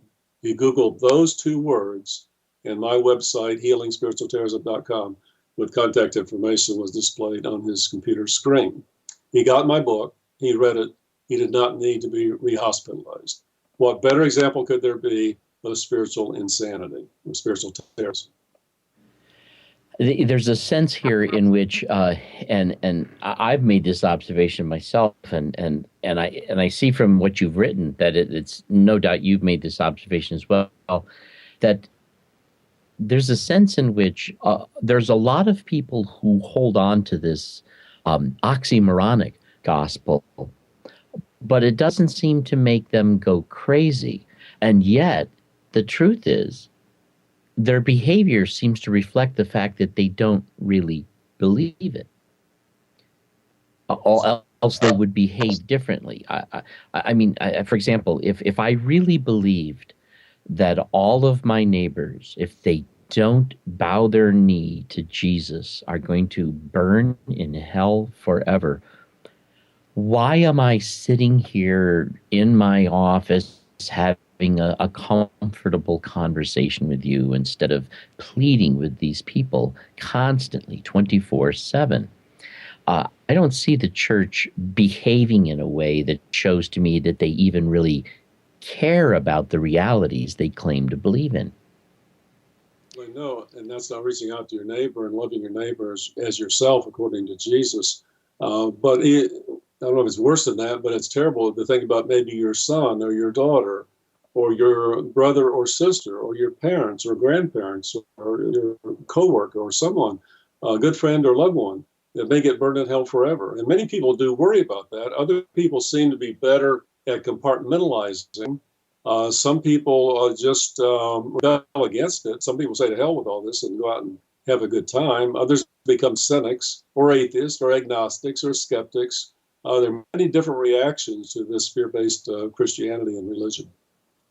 I think it actually leads to, there's a certain level at which all of us have a certain a degree of psychological self-protection that we have in varying degrees ways of kind of protecting ourselves from those things that would create too much anxiety.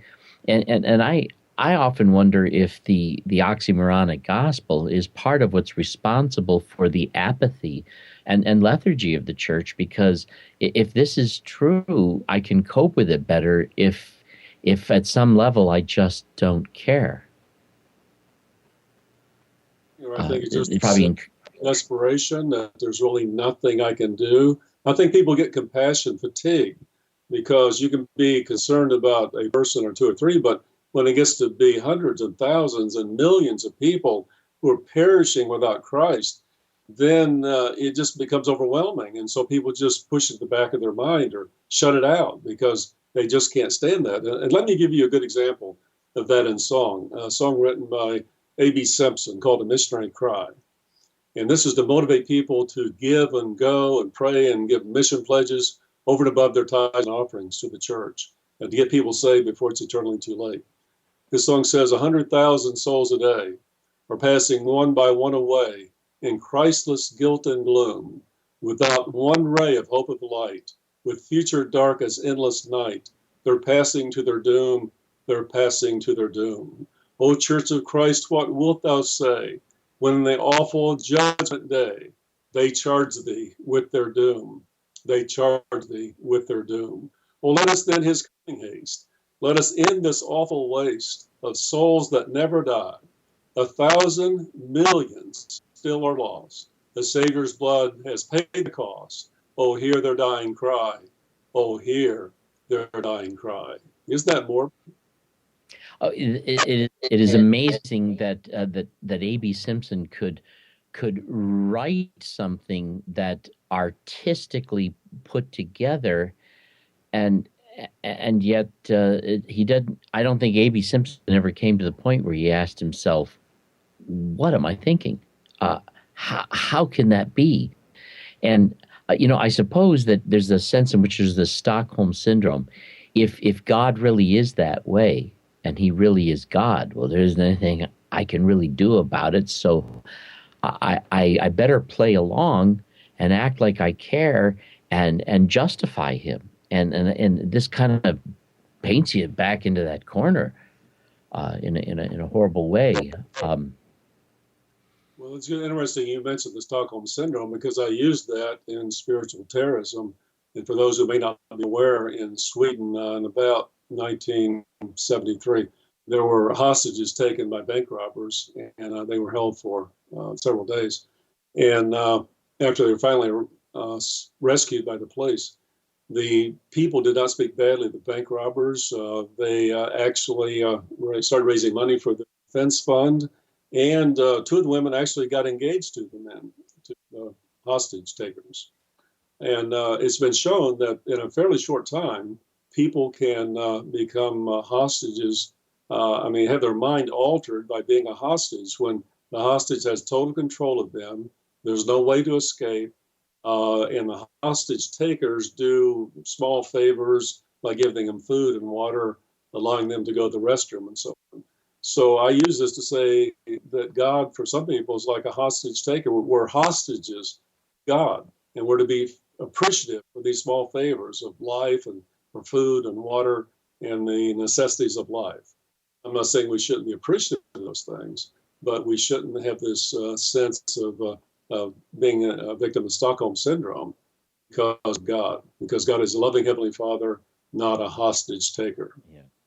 And unfortunately, when we perceive Him as that, we try to honor Him as that because that increases the hedge of our bets for survival and minimal amount of risk and damage. Now, we did have a viewer ask this question, which is an interesting question. They're curious what your response would be. And let me also add that if there's any, if you have other questions and comments for Dr. Purcell, text them in. There's a number coming across the bottom of your screen that you can text to. There's a few people there in the studios. You can speak up and pass that on to Joey. A question that came in is, someone's asking if the original church, the apostles, were teaching a universal salvation. What exactly was it that they were being saved from if there was this universal salvation? How do you particularly understand that? Well, we're saved from our sins. We're not saved from eternal damnation. So God is in the process of destroying sin and reconciling us to God through the Lord Jesus Christ. And I believe was God in the flesh. I am a Trinitarian Christian, so I believe all the things of orthodoxy, except the oxymoronic gospel and the eternal damnation. Hell, I do believe in hell, but hell is for the purpose of purification. It is not for eternal torture, but it is about the business of destroying sin and reconciling the cosmos to God's self. And just as you would understand, spoken about in a way that takes some of its symbolism in a horrifically and inappropriately literal way. Well, they do. Well, I mentioned before that the Bible consistently uses fire metaphorically. And for example, back in Deuteronomy, the writer was speaking of the Jews' experience of slavery in Egypt. And he said that they were in an iron furnace. Well, being in slavery was a painful experience where they weren't literally in an iron furnace. He didn't say it was like being in an iron furnace. He just said they were in an iron furnace. That's how it's used metaphorically. Then the Bible also says, Jeremiah speaks of the word of God being like fire. And Isaiah said that the breath of God is like a stream of fire and brimstone. And brimstone's an outdated word for sulfur. So a better translation, the NIV and others translate it as the breath of God is like a stream of burning sulfur, which connotes divine healing or purification. That's how sulfur was used and widely known for in the ancient world. I haven't. My background is in human development, which is in some ways a survey of the various different humanities, such as psychology, anthropology, and things like that.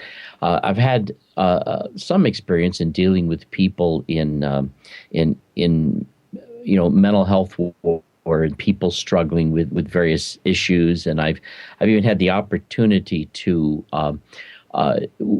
do auxiliary counseling with people as a pastoral counselor who were using this as a way of enhancing some of the counseling they were doing with, say, a therapist.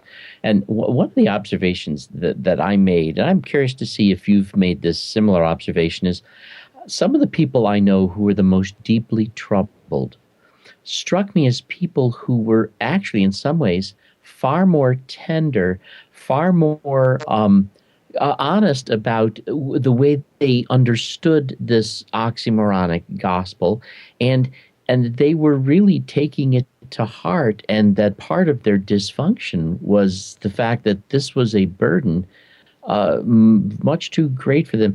Have you found that this is true in some of the counseling that you've been involved in, that some of the people who appear to be most debilitated are oftentimes those who have experienced that as a result of what they're looking at? Well, yes, there are many different manifestations of this problem of the oxymoronic gospel.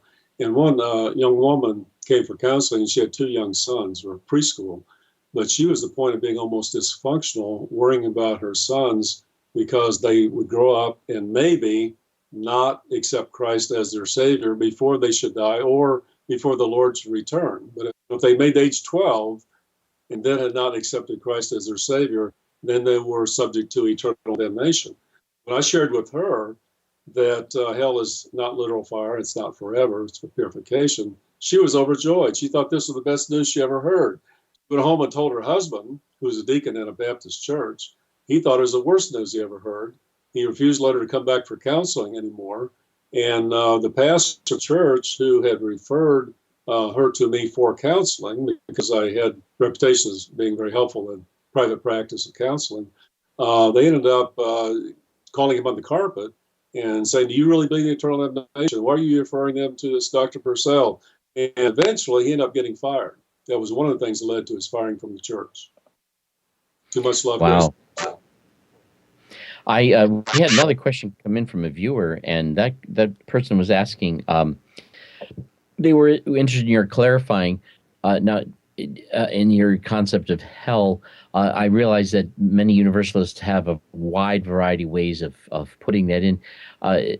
Do you see hell as just the word that is used for this process, and that the story we say and tell about hell, or do you see that that there is actually this literal hell, but it's only a phase that these people go through? How is it? I guess they're curious a little bit more about what it is you understand hell to actually be. Well, I'm not sure it's a geographical location. Probably isn't. I think it's more of a state of mind. And one thing it isn't, it's not eternal separation from God. That's another one of the oxymorons. On one hand, preachers say God is omnipresent, and then they preach about being eternally separated from God. That's impossible. So they can be out of fellowship with God, but they cannot be out of God's presence for time or eternity. But God may in fact be the fire of hell, because God is a consuming fire. And I believe that God as fire consumes sin, which purifies sinners. Most Christians believe that the fire is the presence of God. I remember something that C.S. Lewis said, that that to the person who didn't want to be, the person who didn't love God, being in heaven would be for them kind of a hell, and made me think about how that would work. That if he's this consuming fire, there's a sense in which it's a form. I'm taking it that the way you understand it, some form of unknown confrontation. I got another question here from a viewer, and that is, they're curious as to what you would think. Is a person better off, at least in terms of the tranquility of their mind, if they're an atheist than if they're a spiritual terrorism-styled theist? Well, George MacDonald said, and he is a great Christian writer, in fact, the master of C.S. Lewis. Now, their lives only overlapped by 7 years. MacDonald died in 1905. Lewis was born in 1898. So MacDonald died when Lewis was only 7 years old. But Lewis said he never made any secret of the fact that he always considered him his master in the terms of a mentor. Because C.S. Lewis, one of the greatest Christian writers of all time, was an atheist before he came to believe in Christ through the writings of MacDonald. Now, MacDonald said that if people of the world really believed in the doctrine of eternal punishment and hellfire, half the world would be insane and the other half would be atheist. And so I've said that this kind of oxymoronic gospel, fear-based Christianity, actually causes atheism, agnosticism, cynicism, and skepticism, various responses to it. Yeah, I can agree with that. That seems to be the impact that it would lead to. I think that, even for my own self, as I look at it, I became a fundamentalist in about the 70s, early 70s, and at first that's the kind of a preacher I was. It made me a person who I think was very adamant, very determined, very bold, and very, very assertive in the way I pronounce things. And it's almost as if I was proud for the way that I could just stand up as a demonstration of loyalty to God. And when I look back at it, I feel so disappointed with myself that I was, I don't think I saw it at the time, but there was a sense in which I was very proud to be on God's side. And I feel badly about a number of people who probably were very much abused by my preaching style and my manner of behavior.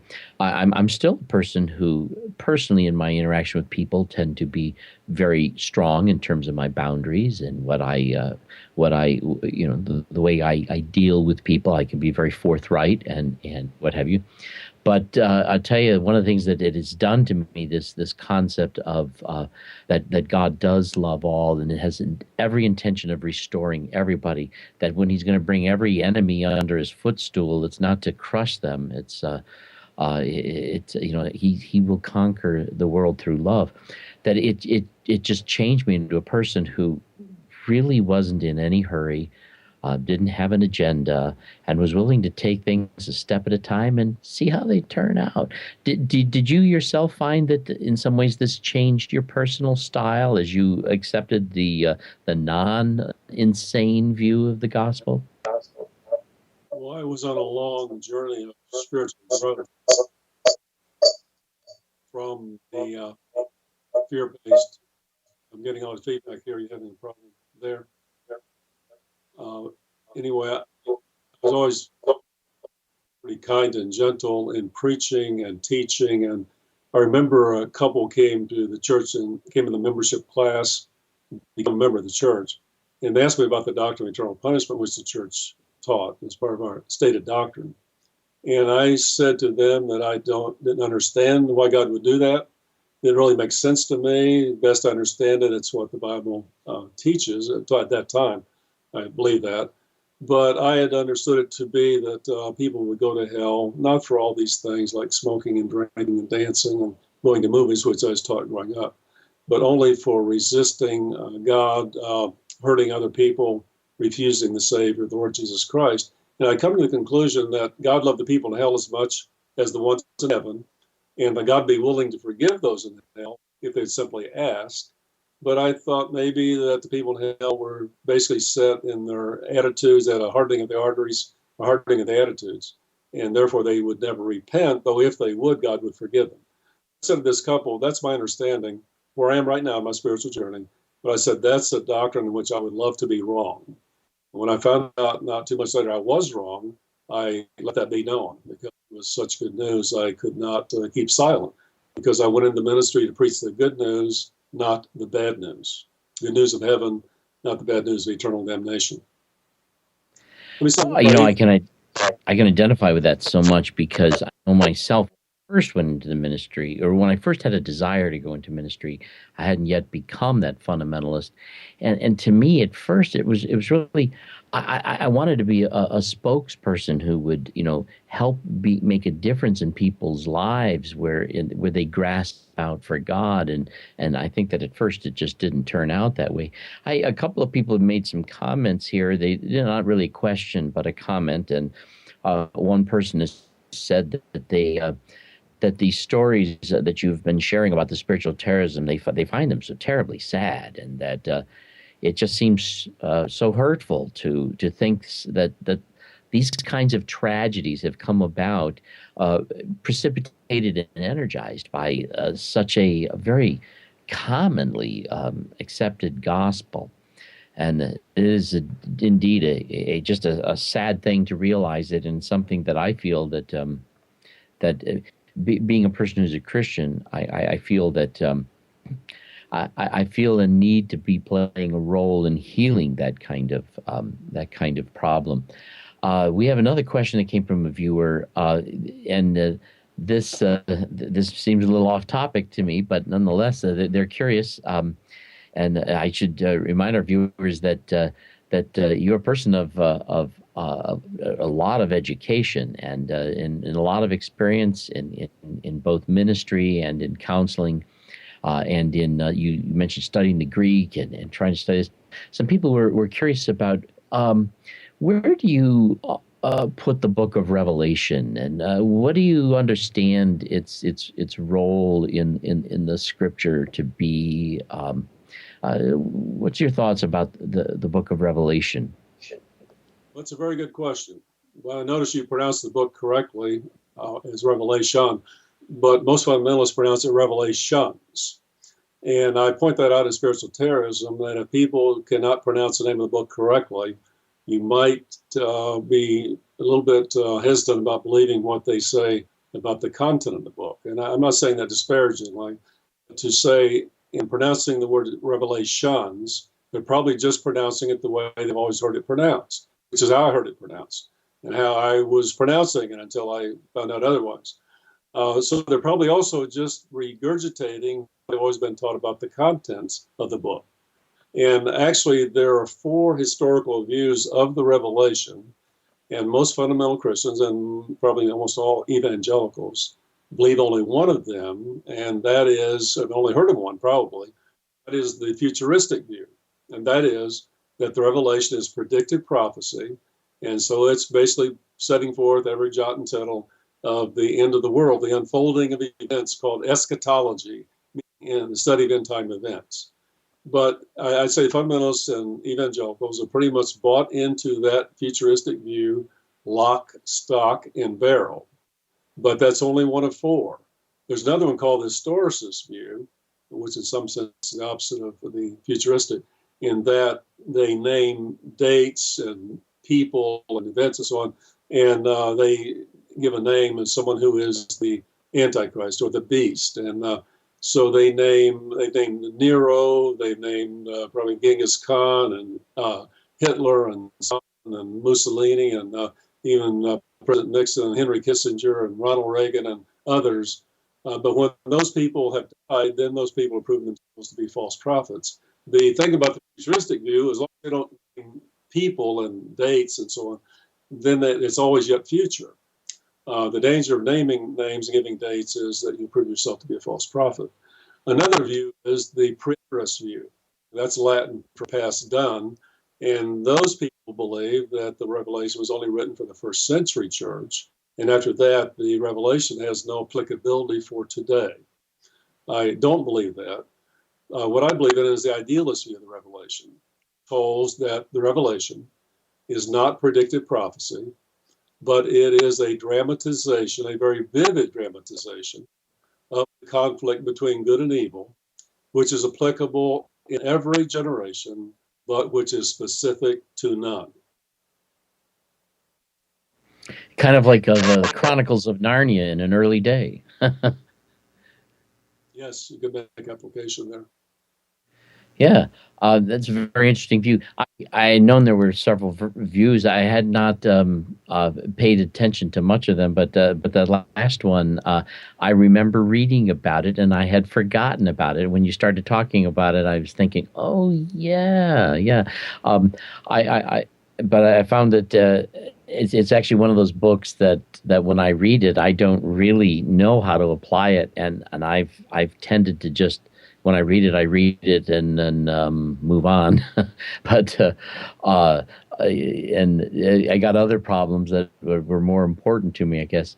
Now we're coming to we got about 20 minutes left here, so we can talk about a few things.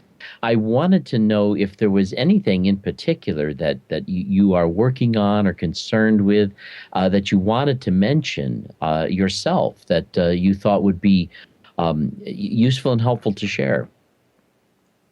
Well, there's so many things to say. I could give a couple more examples. And by the way, the person who said this is sad, that's true. It's terribly sad. And it's just horrible that people's lives are being destroyed by this fear-based Christianity. As Jesus said, you'll know the truth, and the truth will set you free. Let me give an example or two to illustrate that. There's a woman from South Africa, Alice, who emailed me to say that she needed help. And her story was that she had grown up in a Christian church, had been terrorized by it. And she, as a young woman, made the decision that she would never have children in order not to place a child in danger of eternal damnation. Well, she had no choice about being born. She's not going to bring a child in the world who lived in the fear that she was living in and had been since she'd been 12. And she was 43 years old at the time she contacted me and will never have children. But she said that she had been so traumatized by this fear-based Christianity that she had actually deconverted from Christianity and joined an online group called xchristian.net. That's xchristian.net. If anyone has any doubt about what I'm saying, maybe I'm overstating the case. It really isn't all that bad. Just Google xchristian.net and read hundreds of terrible stories of people who've been terribly hurt by fear-based Christianity, have converted from the faith, want nothing to do with Christianity. Well, this Alice, after getting my book and reading it, she left the xchristian.net group and is now identifying herself as a Christian universalist. You know, it is the kind of thing that you wonder if a person in good conscience can continue. And I've heard of a number of stories of people who had to leave, but then were drawn back when they realized there was another way of thinking about this. Now, you mentioned earlier in the program about when we were talking about Aiken and the way that people apply certain things. We had one viewer who was curious. I find that in fundamentalism and also in evangelicalism, there's this desire to take absolutely every word from the Bible as if it somehow applies to everything and anything I have to do today. Do you have that kind of a view of Scripture, or do you have something where it may be more mysterious in terms of just what it is, or to let it be and it'll figure itself out? How is it? How is it you would understand some of the different passages of Scripture, and such as like the section on Achan and things like that? Well, that's a very good question. And I would say I do believe the Bible is the Word of God, but I don't believe that every story is literally true, and especially the Torah. The Jews know the Torah, we know as the Old Testament. And Achan would be a good example of that. I believe that the tribe believed that he was responsible for their defeat, but I believe it was a case of psychic determinism. That's a term people might want to look up, because that is connecting two unrelated events happening closely in time, but you connect them in one's mind. And I believe that's what they did in the case of Achan. Also, we have cases where there were bears. There were young men who blasphemed, they cursed the man of God, and bears came out of the woods and devoured them. Well, I believe that two things happened. One is they cursed the man of God, and bears came out of the woods and attacked them and killed them. But I don't believe that God caused that to happen. I believe it was a case of psychic determinism. So there are many instances of that, and it's still going on today. For example, the late Dr. Jerry Falwell said that Hurricane Katrina was due to the homosexuality in America and abortion of America. So God caused Hurricane Katrina to kill hundreds of people to punish America for those sins. And back, it was 2011 when the hurricanes hit the East Coast and people were killed. Republican presidential candidate Michelle Bachmann said that God was trying to get America's attention. So those are examples of psychic determinism.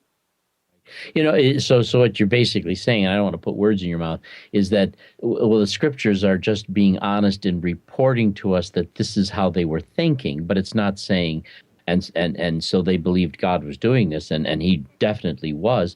It's just letting us know that this is how they were making sense of it, and attributing it to God, and yet the text is not necessarily claiming that that's the correct way, but just historically reporting the unfortunate dynamic of their own insanity, I guess.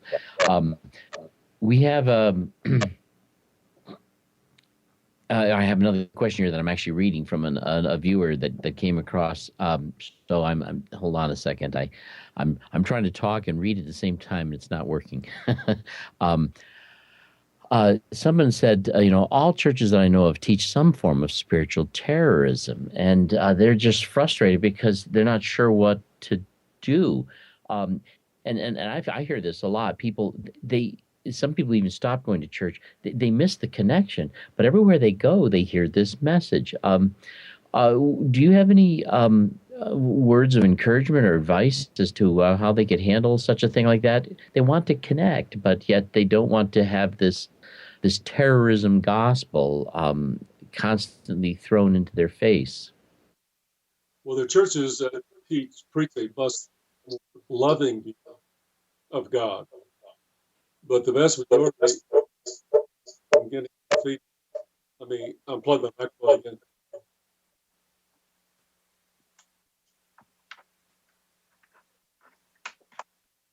Okay, so there are many churches that have a loving view of God, so they could search for those kind of churches. There are many mainline Protestant churches of which you could attend for a year or for a decade and maybe never hear a sermon on hell. You go to a fundamentalist church or many evangelicals, you'll hear about hell very frequently and eternal damnation. But one way that some people are solving the problem, which I cover in Christianity Without Insanity, is the rise of the nuns. This was reported in Time magazine that in 1990, the nuns, that's not N-U-N, but N-O-N-E-S, numbered 8 million. Today, and they number 16 million and are growing.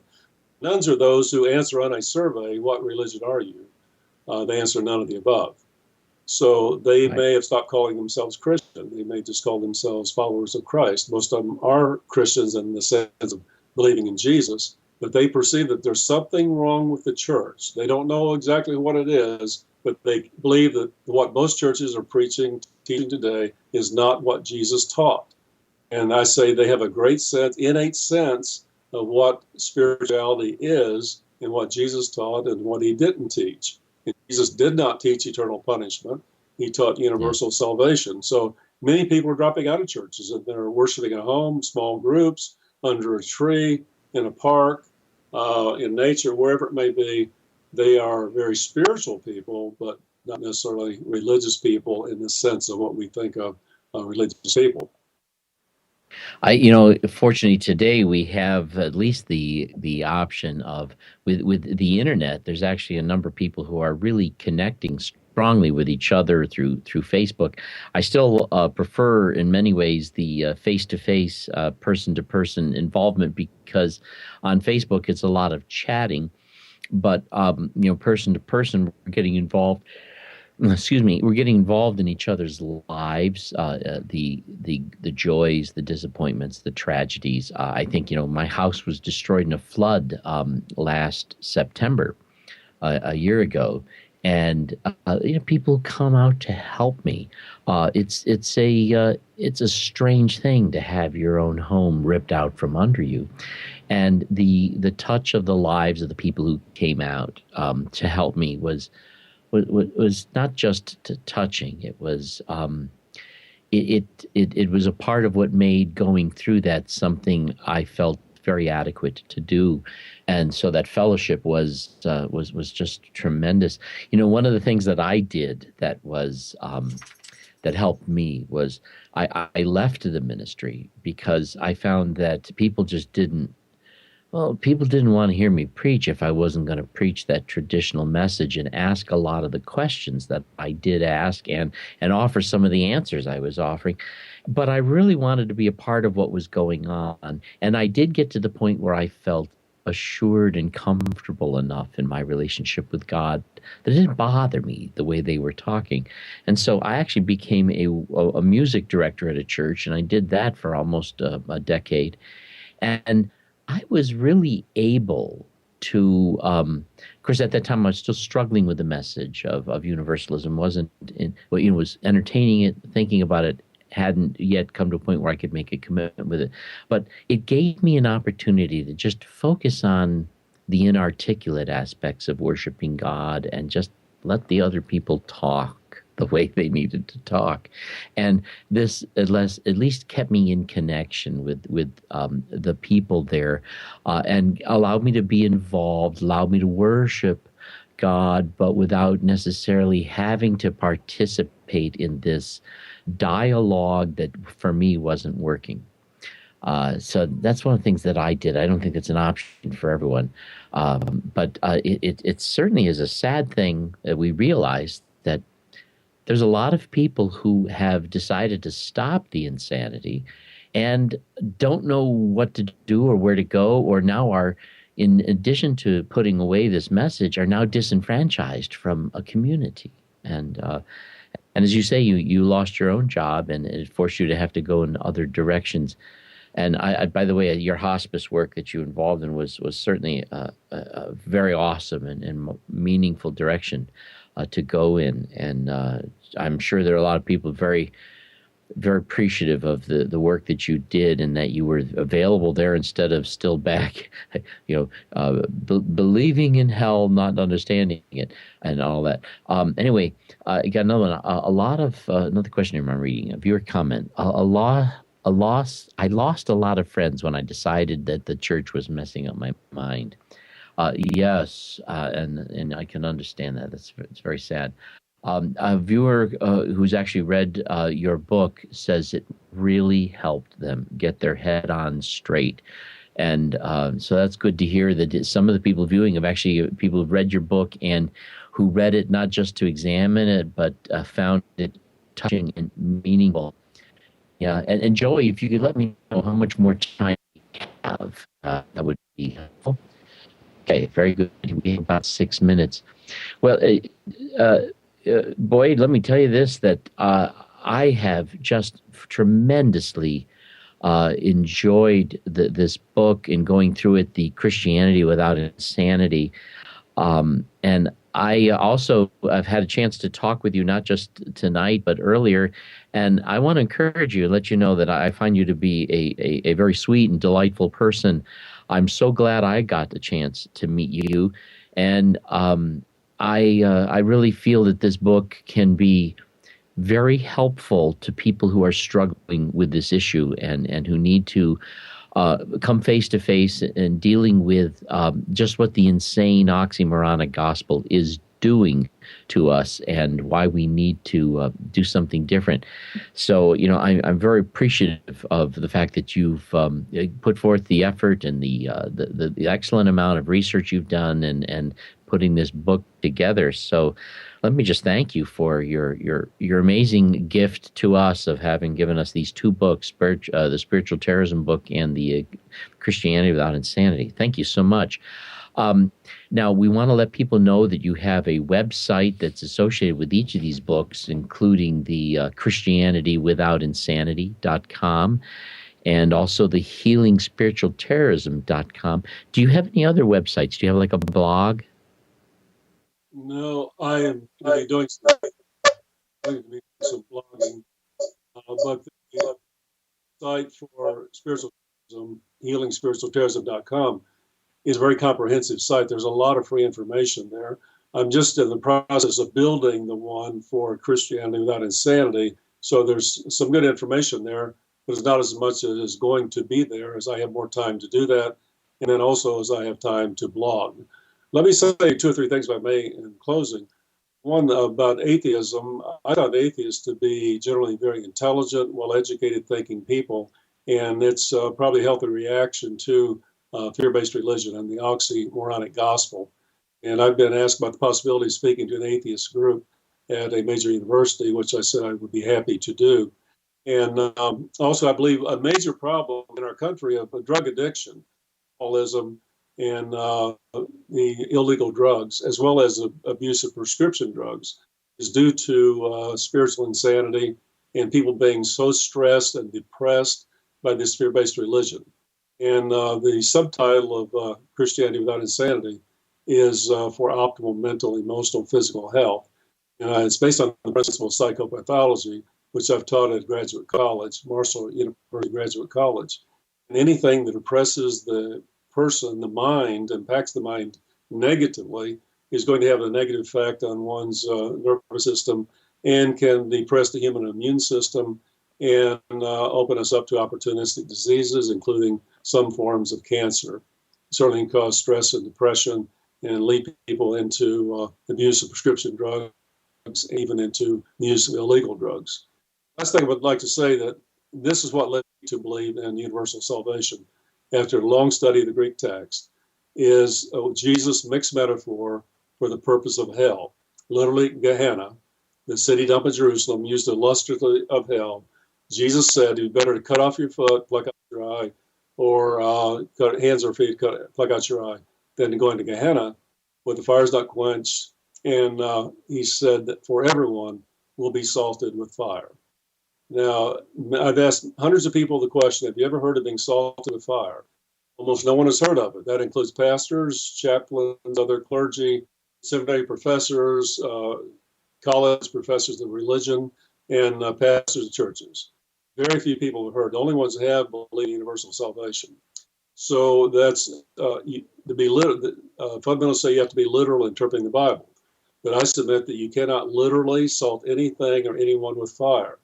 It is clearly a mixed metaphor, and Jesus took salt, which is used metaphorically for preservation, purification, and fire, used the same way, and mixed the metaphors. They try to keep literalists from being literal, but they do it anyway. But clearly, it means purification, and the Good News Bible, today's English version, correctly translates salted with fire, as everyone will be purified by fire. So that's Jesus' definitive and final answer on the purpose of hell. Everyone will be purified by fire.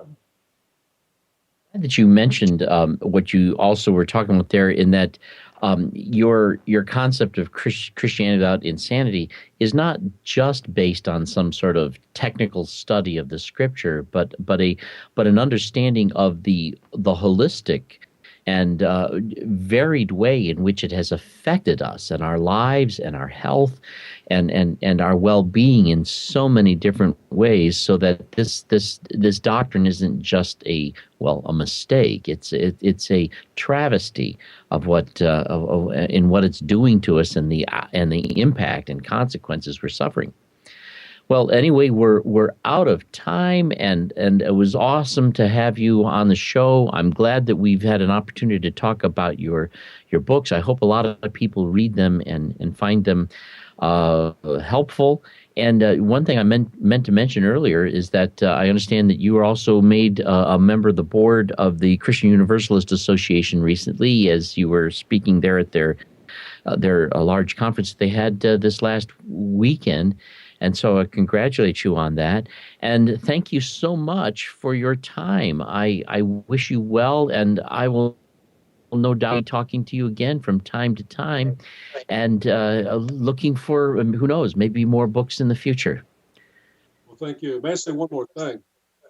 That you asked about church and worship. Actually, it's in the process that the Christian Universalist Association may develop an online kind of virtual worship service that's being talked about, and people are volunteering to do it. So that could be an answer for some people for the future. I was reading about that. It sounds exciting. Okay, well, thank you again, and let me just say to our viewers, thank you also for a lot of your comments and questions. And again, thank you so much to Dr. Boyd Purcell for his presence with us tonight and the influence that he's had in his awesome ministry. We think you're a wonderful guy. Really enjoyed your book. I think it's a tremendous thing. I hope more people read it and offer you some excellent reviews there on Amazon.com. And thank you so much. And on behalf of Dr. Jones, who wasn't able to stay with us tonight, I want to thank you for listening here at The Place. We'll see you again, who knows when. Thank you. Good to be with